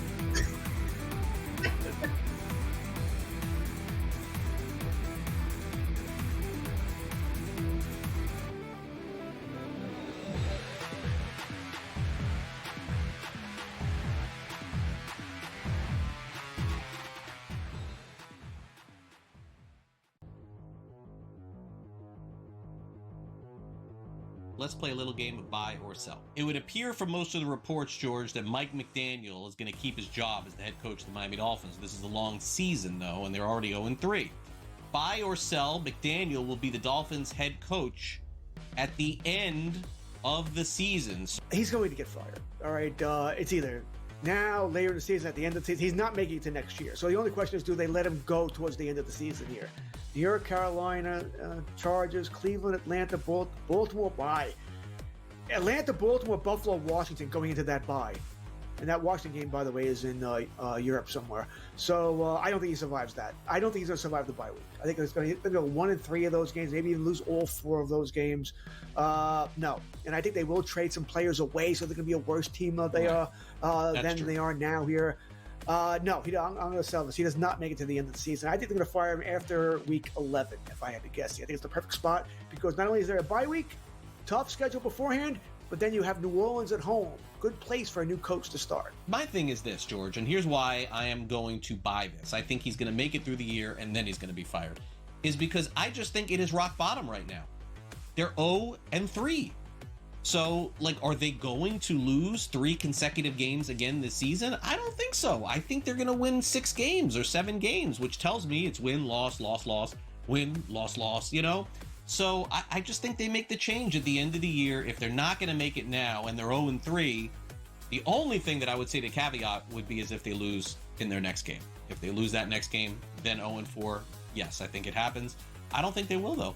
So I am going to buy this. Fantasy Sports Today. Fridays starting at 3 p.m. Eastern. Only on SportsGrid.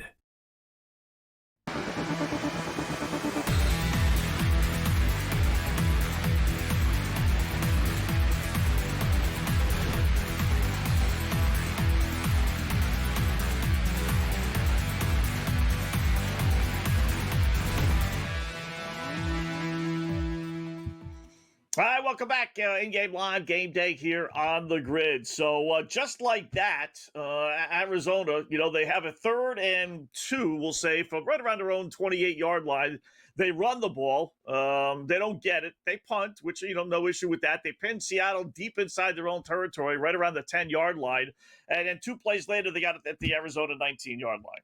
So I was in a decent spot for my scoreless second quarter.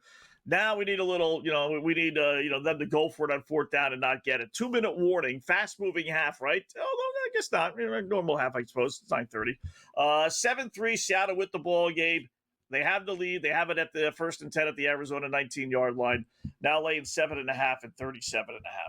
I'm not seeing too much on this Cardinal offense, to tell you the truth. I'm not feeling too good about my Arizona teaser. Arizona are in trouble, right? They're getting manhandled. They're getting Seattle are a very physical football team. And I saw an interview with Kyler Murray tonight, actually, before the game. They asked him about him, struggling against Seattle. And he point blank he said, their defense just always kills us. To me, that wasn't the best thing you want to hear, coming into this game, if you were betting on Arizona. But he basically said that they're confusing and they're very physical. And I'm telling you guys, the Seattle Seahawks are building like this little Michigan, Baltimore Raven type of thing. Barner, who caught the touchdown pass. Where's he from? Michigan.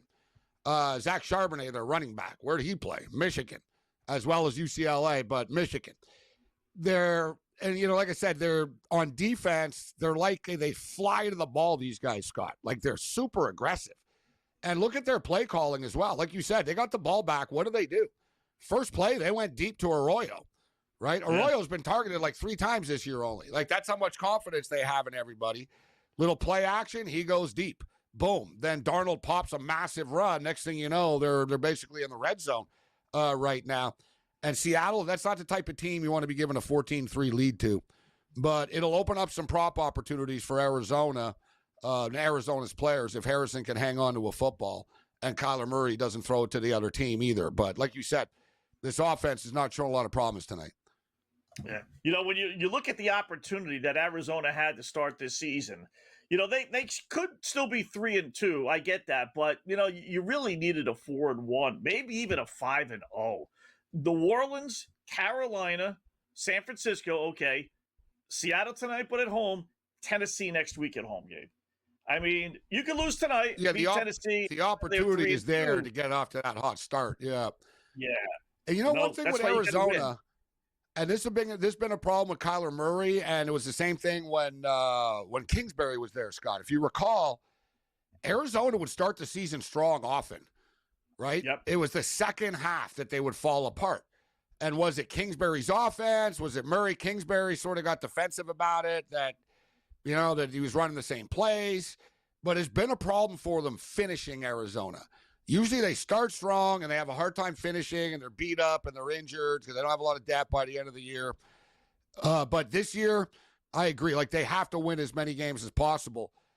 This is a super tough division, right? You got the Rams. The 49ers have been doing it with smoke and mirrors and field goals here and lucky to pull it out there. But they are what the record says they are. I got to give them credit. But I think the Seattle team is a playoff team, Scott.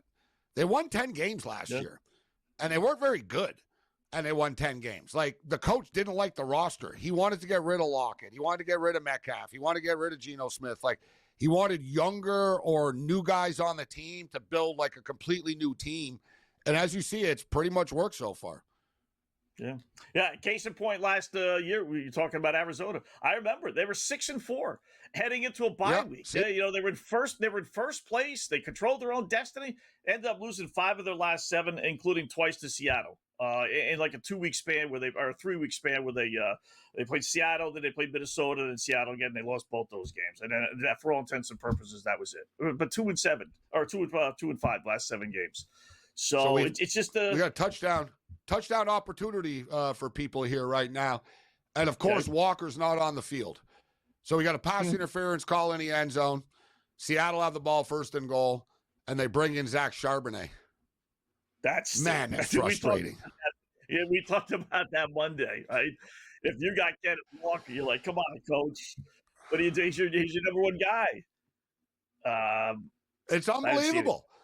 Like how these, like, well, you know, their method to their madness and why they do it. Yeah. Right. But can you imagine, like, everyone's a team player, but I just imagine the agent right now having a drink at home watching this, like, just like, son of a. Yeah. Get my guy in there.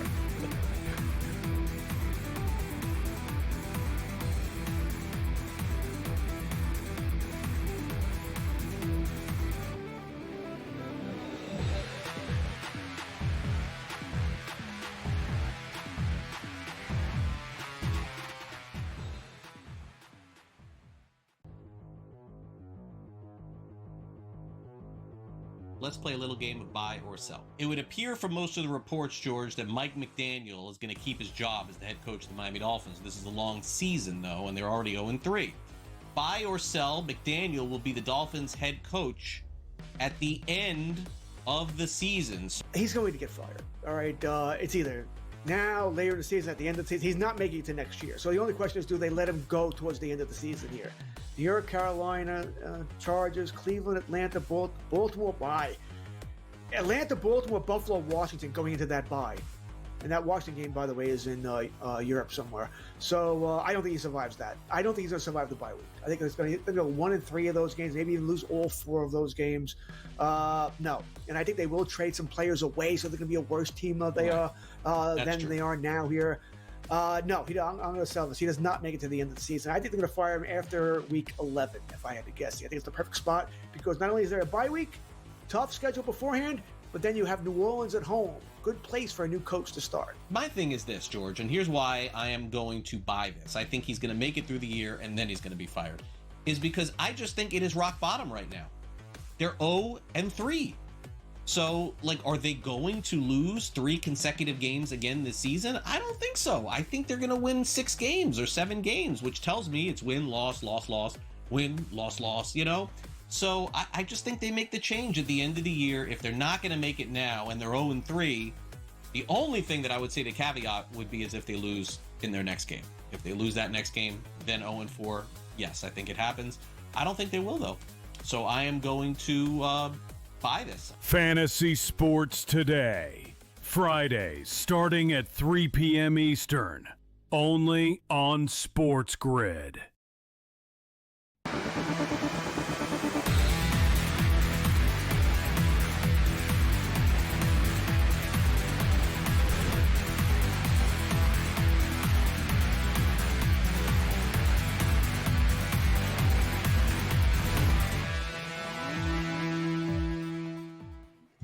All right, welcome back to Game Live, Game Day here on the Grid. So we said this numerous times on Monday. While we were away, touchdown, in this case, Seattle. So 14-3, extra point good. 9.5 is the number Scott and Gabe checking a little Thursday Night Football. Over-under is 39.5. And Gabe, that touchdown run, see, that's what I mean about the tush push, right?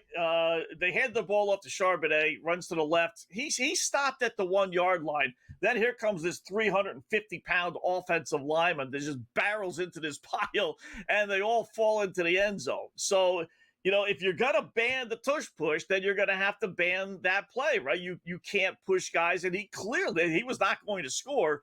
But, you know, so if they want to do it, then that's, you know, you're not just, banning the tush push. You're banning plays like that. Which I wouldn't actually have a problem with. I got a bigger problem with that play than I do the tush push. At least the tush push is a quarterback sneak in essence, whereas this is, you know, you're knocking the guy into the end zone. So that used to be illegal, but not anymore. Bottom line is Seattle scores. This has become a thing. I agree with you. This has become a problem in the National Football League. And forget about the brotherly shove and all that type of stuff. But they used to, and I think that they used to blow the whistle too quickly. Right. But remember, a running back would get stood up or a quarterback gets stood up. They wouldn't even have to get tackled and they would blow the whistle. And I think they were a little bit too whistle happy. But now, and it's not just, I haven't seen much this year, actually, to be honest. But in the last couple of years, like you said, there's this massive, it's turned into rugby, Scott, often. Watch college football. It's the same thing.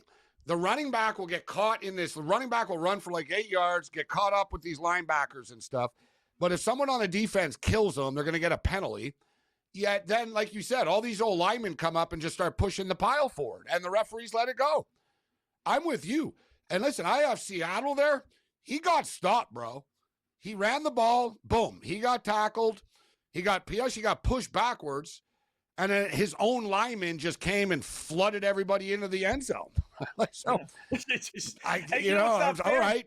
Yeah, like, okay, it's not really a football play, but okay, Yeah, and the running back gets all the credit. Like, boy, he didn't quit. He couldn't fall down if he tried. For goodness' sake, you got the three guys trying to push him left, and then Charbonnet got pushed right. backwards, spun around. Yeah, and then he paid the price for it though, Scott, because he got nailed by a Cardinal, and then he got smoked by his own lineman to go into the end zone. Yeah. And here's what's wrong about it ultimately. Yeah, here's what's wrong about it, Gabe. If those three defensive players that were tackling him push him back, like we'll say a yard, 2-3 yards. They're going to mark the ball where he was met. So they blow the play dead. Yeah, they blow the play dead if you go backwards, but they keep the play alive if you fall forwards. That's not fair. It's like when they give a guy a first down. The guy will catch the ball, Scott, and he'll run backwards like 5 yards the other way. Oh, first down. He was spotted on the other side. It's like, no, he got tackled here, actually. Like, it should be where he ended up, right? You and I, we agree. Should be where you fall forward with the ball. No, his knee was down there. That's just stupid. There's a lot there, dude. It's like government. And like, basically I saw something that there's like 2,300 new laws a year created. They never take laws off the books, Scott. They kind of just create new ones all the time. New ones, Like, you know what I mean? They don't say, oh, now, that was done before. No, they keep it. You notice the NFL is the same way. The catch. Oh, he bobbled it. I remember growing up, man, Fred Biletnikoff used to juggle it on the sidelines. It didn't hit the ground. Right now, it hit the ground, but he was in control. It moved. It bobbled. It's all subjective crap that we gotta argue about everything now. Right? Yeah. You know what I mean? The spot of the football. Like nothing is simple in the NFL anymore with their rules and what it is. And everyone always says the same thing, Scott, about the NFL. Everyone, and people that love the league too. Like, people who played in the league, analysts on TV, etc. Everyone says the same thing. I don't think that should be a penalty, but by the letter of the law it is. How many times do we say that a year? Yeah. So we know, this is ridiculous, but we're going to do it anyways. Yeah. You got to have 2 feet in the end zone for a touchdown reception, but you can just reach the ball over the goal line on a touchdown run. Yeah, for a mini split second and a split millimeter that the ball touched the line, Yeah. Yeah, they get receivers. When he went out of bounds, he kind of moved a little bit. Yeah. It's all over the place. Yeah, it's goofy. It really is. That's why I try not to get on officials. I do wonder why sometimes they call holding penalties and other times they don't, because it's holding all the time. But they try and keep it at the point of attack, if the running back or wide receiver or whatever is going that way, that they scrutinize and a little also, bit more. Scott, but and like you said, you're reffing and you're doing stuff so you don't have the same pressure. But I think the referees too, they get blamed for a lot of things. They're just employees. Right. You know what I mean? Like, the league tells them what to call. They're not like, absolutely. People, this ref, like this, the refs aren't out there controlling their own narrative, if you know what I mean, Scott. Tim Donaghy was, right? You know what I mean? But like, they're doing, like I said, when I had the head of the referee school, when I said, what happens if you're a referee and you disagree with what the league tells you and you're looking at it and you tell them, and he goes, you won't last very long. You basically got to go along.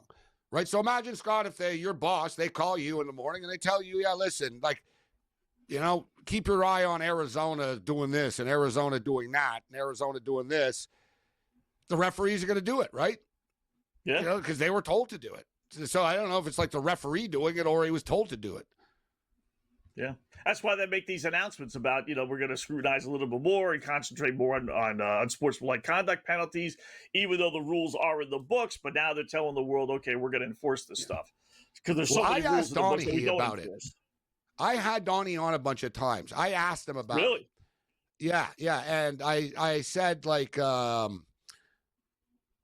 how does it work? Like with the NBA. We were talking about the Sacramento series with the Lakers years ago. And I said, so David Stern or Adam Silver is not going to call you guys and say, listen, we really can't have this team win and because of this. He goes, no, they don't do that. But he goes, what they do is there's a league call with the officials before every game. And what they'll do is they'll tell you, Scott, Chris Webber travels all the time. He's traveling too much in this series. You guys aren't calling it. Watch out for Vlade Divac. He's grabbing a lot of jerseys in the series. And then the referees get it because they didn't mention anything about what the Lakers are doing wrong. Yeah, right. You know what I mean? It's almost like the mob, scott. Like, you're not going to be David Stern's not going to incriminate himself. Like, you know what I'm saying? Right. No, but he'll have one of the stooges say Chris Webber does this, Chris Webber does that. Sacramento travel, Sacramento do this, or the Buffalo Bills grab on defense all the time. We want you to emphasize and make sure they don't get away with that. And then the referee understands which side that the league wants to win. That's what Donnie told me. Yeah. I believe that. I really do. And that's kind of what I've always told people. You know, same exact thing. I'm not. And if you don't do it, Scott, you don't do the NBA Finals again. Simple as that. You don't want to do it? Why do you think Tim Thaw, all these guys, the same guys get it all the time? Because they do what they're told. Yeah. Yeah. So it's not like the NBA is dictating, okay, Bulls have to win. But like Donahue was always saying, you know, they kind of hint, and that's how it's done. It's not a direct order. No one's going to be stupid enough to do that, but you don't have to be an idiot to figure out who they really want and what they want called and everything else. So I've never spoken with him, but I would find that to be a fascinating, there were some interesting things. Yeah. Yeah, like there were a lot of behind-the-scenes stuff about coaches and referees being vindictive against them and stuff like that. Right. Long story short, like he told me that he told me to take a game. He goes, the referee that's doing this game tonight hates the coach that they're coaching against. I said, yeah, what's the background? He goes, the coach is gay and the coach is the referee is gay and the coaches use slurs against them. He goes, he gets them every time now, all the time. See, the average person doesn't know stuff like that, right? Right. That's funny. That is funny. All right, halftime here. Brady Cannon will join us next, get his thoughts on the NFL when we come back. And Ryder Cup as well.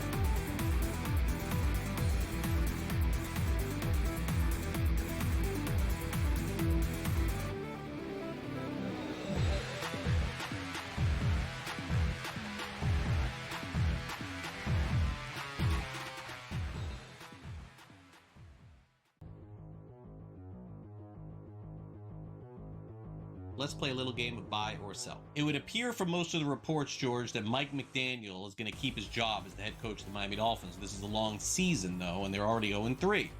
Buy or sell, McDaniel will be the Dolphins' head coach at the end of the season. He's going to get fired. All right, it's either now, later in the season, at the end of the season. He's not making it to next year. So the only question is, do they let him go towards the end of the season here? New York, Carolina, Chargers, Cleveland, Atlanta, Baltimore, bye. Atlanta, Baltimore, Buffalo, Washington going into that bye. And that Washington game, by the way, is in Europe somewhere. So I don't think he survives that. I don't think he's going to survive the bye week. I think it's going to go 1-3 of those games, maybe even lose all 4 of those games. No. And I think they will trade some players away, so they're going to be a worse team than they are now here. No, I'm going to sell this. He does not make it to the end of the season. I think they're going to fire him after week 11, if I had to guess. I think it's the perfect spot because not only is there a bye week, tough schedule beforehand, but then you have New Orleans at home. Good place for a new coach to start. My thing is this, George, and here's why I am going to buy this. I think he's going to make it through the year and then he's going to be fired. Is because I just think it is rock bottom right now. They're 0-3. So, are they going to lose 3 consecutive games again this season? I don't think so. I think they're going to win 6 games or 7 games, which tells me it's win, loss, loss, loss, win, loss, loss, So I just think they make the change at the end of the year. If they're not going to make it now and they're 0-3, the only thing that I would say to caveat would be is if they lose in their next game. If they lose that next game, then 0-4, yes, I think it happens. I don't think they will, though. So I am going to buy this. Fantasy Sports Today. Fridays starting at 3 p.m. Eastern. Only on SportsGrid.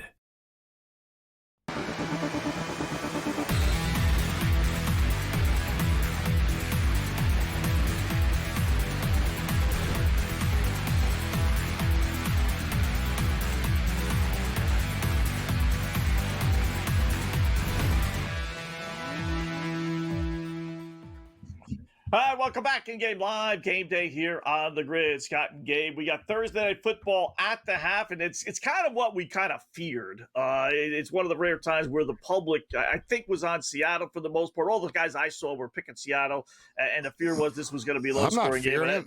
I'm on Seattle in the under. You're on Seattle. Yeah, I'm fearing it because I have Arizona in the over. So maybe that's the case. 14-3 over-under, and the lines right now are 10.5 on FanDuel for Seattle, obviously laying 10.5, and over-under is 37.5. So let's bring in our guy Brady Cannon, SportsGrid host. You see it here all the time, and get his thoughts. Brady, first half, what do you think? 14-3, where were you before the game? And more importantly, where would you go now? Pretty ugly game, I can tell you that. Seattle looks pretty good, but they haven't always taken advantage of the opportunities Arizona has kind of handed them. But Arizona, this looks like the worst effort they've put together so far to begin the season. I was with you, Scott. I was on Arizona here. I thought maybe we were getting a little too high and proud about Seattle here. They go into Pittsburgh, a team that can't stop the run. Seattle runs the ball well. Okay, they win the game. They come back home and they dismantle the Saints. Who cares? Not a big deal. Now you're going to go on the road on a short week in division. I thought Arizona would be able to catch them. That hasn't been the case at all so far. And I think Arizona, like I say, has looked more disappointing than it seems to maybe be a big deal that James Conner isn't there to anchor that running game. And Benson's been okay. They've been throwing it to him out of the backfield, but definitely this Arizona team looks out of sorts, not able to protect Kyler Murray well. And Marvin Harrison Jr., my goodness, what is going on with this guy? He's not running the proper route. He's juggling the ball. He's that got the yips, another Brady. Turnover. Yeah. You're a golf guy. It's like missing short putts. It's clearly mental now, right? He's hard on himself. Like, I know I follow the Cardinals closely. Like, he was just, pretty depressed and despondent. He's getting angry at himself. And, right, he just keeps on digging a deeper hole. You see it like Tanner Scott of the Dodgers right now.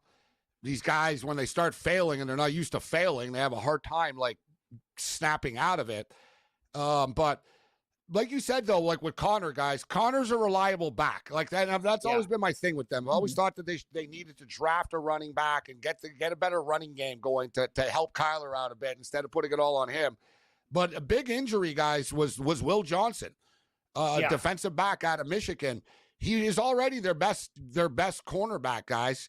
And I thought they were going to have problems. Now, the score is low, but you guys see that Seattle are not shy attacking deep down the field in this game tonight. Right, but I think the Arizona defense has been okay. And you could argue that this is the best defense Seattle's faced all year. Now, I know that's saying something when they've gone against Pittsburgh, but Pittsburgh doesn't look like the normal Pittsburgh Steelers that we're used to, and they certainly aren't defending the run well. And now you go again on the road on a short week in division. Who knows? We got a half of football to play, but Arizona does not look impressive. All that being said, Scott, I would still take the 10.5. I mean, let's remember, this is basically a pick-em game here. The odds makers were telling. That's the other thing. You guys are talking about the public. Yeah, I mean, there was, 70, 80% of the action all on the road favorite here, and yet the line didn't budge. I thought that was interesting. The line never went to 2 or 2.5. It just stayed basically where it was. So, if you buy into that type of thing, it would lead you to believe that this game is going to get closer in the second half. And I think that would also take you to this game going over the 37.5. Mm-hmm. How about the numbers for receiving, right? So Arizona's trailing. Always kind of easy to bet on props for the team that's trailing because you get a sense of, okay, what they're going to do, and that's probably throw the football. We're bashing Harrison Jr. His number is down to 29.5. He's got 8 yards. So is he not going to get 22 yards? Or McBride, and I pointed out before the game began, Brady, last year, if you remember, at least one, I really think both games against Seattle, he had like no yards in the first half and then exploded for over 100 in the second half. He's got 39 and his over-under is 73.5, which isn't too bad. Yeah. I mean, I would probably go over on both he and Harrison. I believe Harrison is a perception thing where everybody's basically just given up on him. Now might be the time to buy on and hope that he bounces back in the second half. They're going to probably have to give him opportunities because right now they're obviously trying to come back from 2 scores. And McBride, he's really been the only option, certainly the best option. Benson, like I say, has caught a couple balls. Wilson, I think, has been all right. But that would be my take, Scott. Benson or McBride is absolutely the best option, and he's been productive. And Harrison, I think, is maybe in a buy low spot where you're going to have to give him some more chances and try and stretch that field. I like it from a Seattle perspective here. Kenneth Walker. I'm not sure if he's hurt though. He didn't come back in the game. He didn't come back in the game. He had that nice catch. I thought it was strange. I know. I thought it was strange too when they put Charbonnet in after, but Charbonnet, yeah. Walker wasn't in for that entire drive when they got it to 14 points. That second touchdown, Walker wasn't in that whole drive. So I'm not so sure. Before I run to the window on him, I'd make sure what's going on with him health-wise. Mm-hmm. How about Charbonnet? Let's see if there's an update. Yeah. Charbonnet's 47 and a half. He's got 24 yards. He was banged up too, but apparently he's fine. So, I'd probably go over on him because you never know. Walker might not come back in this game. I'm not sure. I haven't seen a report at all. Little hunch play, maybe Sam Darnold. They're giving us a half a yard. And they're giving us plus odds.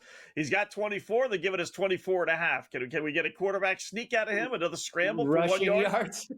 Yeah, rushing yards. Yeah. You know what I worry about is the old victory stance, right? I mean, if Seattle gets to a point in this game where they're sitting on the ball, and next thing you know, Darnold loses 5 yards because he's taking a knee, that could kill you. It's not an injury with Walker. He hasn't played since the taunting penalty, since he threw the football. I see. Call. Wow. Okay, well, good catch. You don't know if this is a temporary punishment? Yeah, right. Oh, it's a Bill Belichick mentality, You fumble, you're out. You're selfish. But also it's like you're selfish. You threw the football, you took the penalty. Honestly, Gabe. What's the difference, high school to pros? You're not supposed to do that, pal. Period. All right, I'm sure he'll play second half, though. Quick break. Back to the Ryder Cup talk. Adam Brady when we return.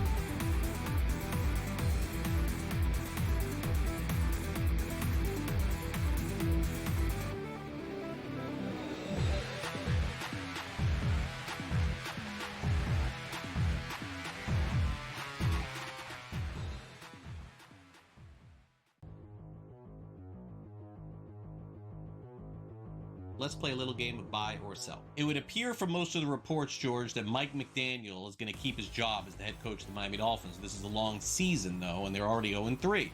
Buy or sell, McDaniel will be the Dolphins' head coach at the end of the season. He's going to get fired. All right, it's either now, later in the season, at the end of the season. He's not making it to next year. So the only question is, do they let him go towards the end of the season here?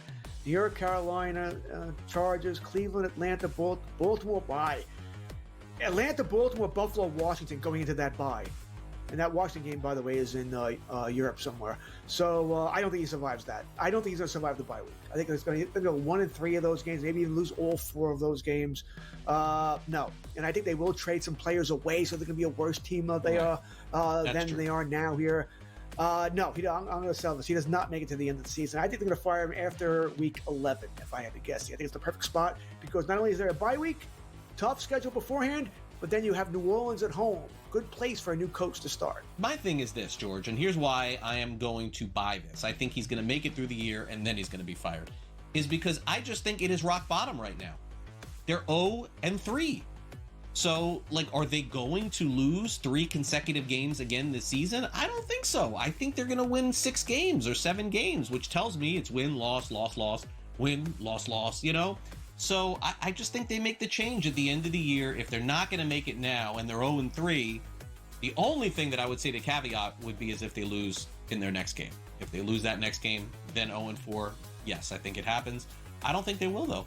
So I am going to buy this. Fantasy Sports Today. Fridays starting at 3 p.m. Eastern. Only on SportsGrid.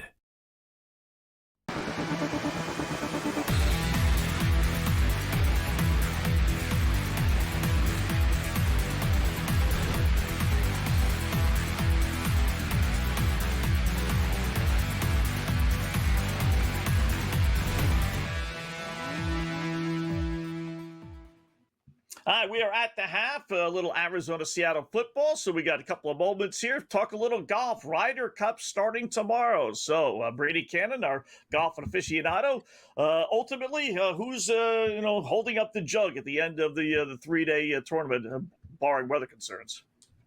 Yeah, I guess today was the day that we were supposed to get the most weather, and I guess there was some rain in the area today. I know the U.S. kind of took their time getting out to in the morning, right? I think what the end result is, you're going to get a soft golf course, and I think that kind of cancels out some of the advantages for the United States that Keegan Bradley had in mind here, trying to widen these fairways and take the rough down so it wasn't very penal, and let these bombers just go and be aggressive with their play. But if the golf course is soft, these are 24 of the best players in the world. It doesn't really matter. If you've got a soft product, they can just throw darts at these flags, and who knows, maybe we'll get a little bit of a birdie fest with such a hard golf course. I find that hard to believe, but weather can turn just about any course into that type of thing. I think we have a great competition. I think the European team is stronger, has more experience, more overall talent, but the United States has a very real home field advantage, and that crowd is going to be raucous. So I think the price should be about USA minus 140. This stuff with Europe, plus 170 is wrong. And everybody that I've spoken with, sharp guys around Las Vegas and beyond, they all kind of feel like the U.S. will probably find a way to win, but that price on Europe is way too high, and it's almost unavoidable. That's what sports betting is, right? Looking for a price that's wrong and out of whack. And in this price, the price on Europe plus 170, I think I even saw plus 180. That's wrong. I made two bets, guys, and I kind of went with my handicap that I think it's going to be close. I bet the U.S. to win by 1 to 3 points. That, a margin of victory there, winning by 1, 2, or 3 points at plus 350. And I also bet Europe to win by 1, 2, or 3 points at 4 to 1 at plus 400. So, not that I don't necessarily care who wins, but whoever wins, I think it's going to be tight. What about the 2 to 3 way? So as you mentioned, Brady, I see a Team Europe plus 170 right now, USA minus 143, draw 12 to 1, right? So it's sort of like there's 3-way betting and there's 2-way betting. And if you go the 2-way betting to lift the trophy, so you sort of eliminate, it doesn't matter whether there's a playoff, etc. What are the chances that there is a tie here? Right. I don't know if I want to bet that. I mean, I'm already saying it's going to be close. Yeah, but they're roping you in at plus 180, and you could get burnt if it is a tie when you could just sort of bet to lift the trophy instead at plus 125. A tie is a win for Europe too. Correct. Yeah. And I, if they do tie, it goes to the defending champion. That's the rule of the Ryder Cup, which would be Europe. So if they do tie, yeah, but that's not the rule of the bet, though. That's not the rule of the bet. There's a 3-way bet. It's a separate bet. Correct. To lift the trophy. Correct. Yeah. Exactly. The lift the trophy market means if they tie, Europe is your winner. But you're right. In the 3-way, a tie is a tie. I prefer the 3-way because it's 12 to 1 for a reason, right? The tie is kind of unlikely. And if you go to that to lift the trophy market, Europe's plus 130, plus 140. You're paying a lot for a possible tie there. So I would go to the 3-way market. I do have a bet on Europe to win, but I made that one a long time ago. After further diving into this, I feel good about this being close. I don't know who's going to win, but I think whoever does win, it ought to be between 1 and 3 points. 4, I think, could burn me. But I don't think anybody's going to win this thing by more than 4 points. I do not think we get a blowout this year. As far as top scorers for the United States, I bet Scotty Scheffler, 3 to 1. He's now in the neighborhood of plus 280, plus 250. Still don't think it's a bad bet because, first and foremost, he's probably going to get the most chances. I don't think he's ever going to get benched unless he hurts himself or something. He's going to play all 5 possible matches and has a chance, obviously, to win all 5 of those and become the top U.S. scorer. I also bet Cameron Young at 12-1, who's from the area, has played this golf course more than just about anybody. And top European scorers, I bet Victor Hovland and Robert McIntyre. We'll see what happens. I think it's going to be a thriller, guys. My lock bet is 4 matches ending in a tie. I don't know how out of 28 matches we're not going to get 4 to end Good in a bet. tie. Problem is you just called it a lock. I know. The kiss of death. Thanks, Brittany.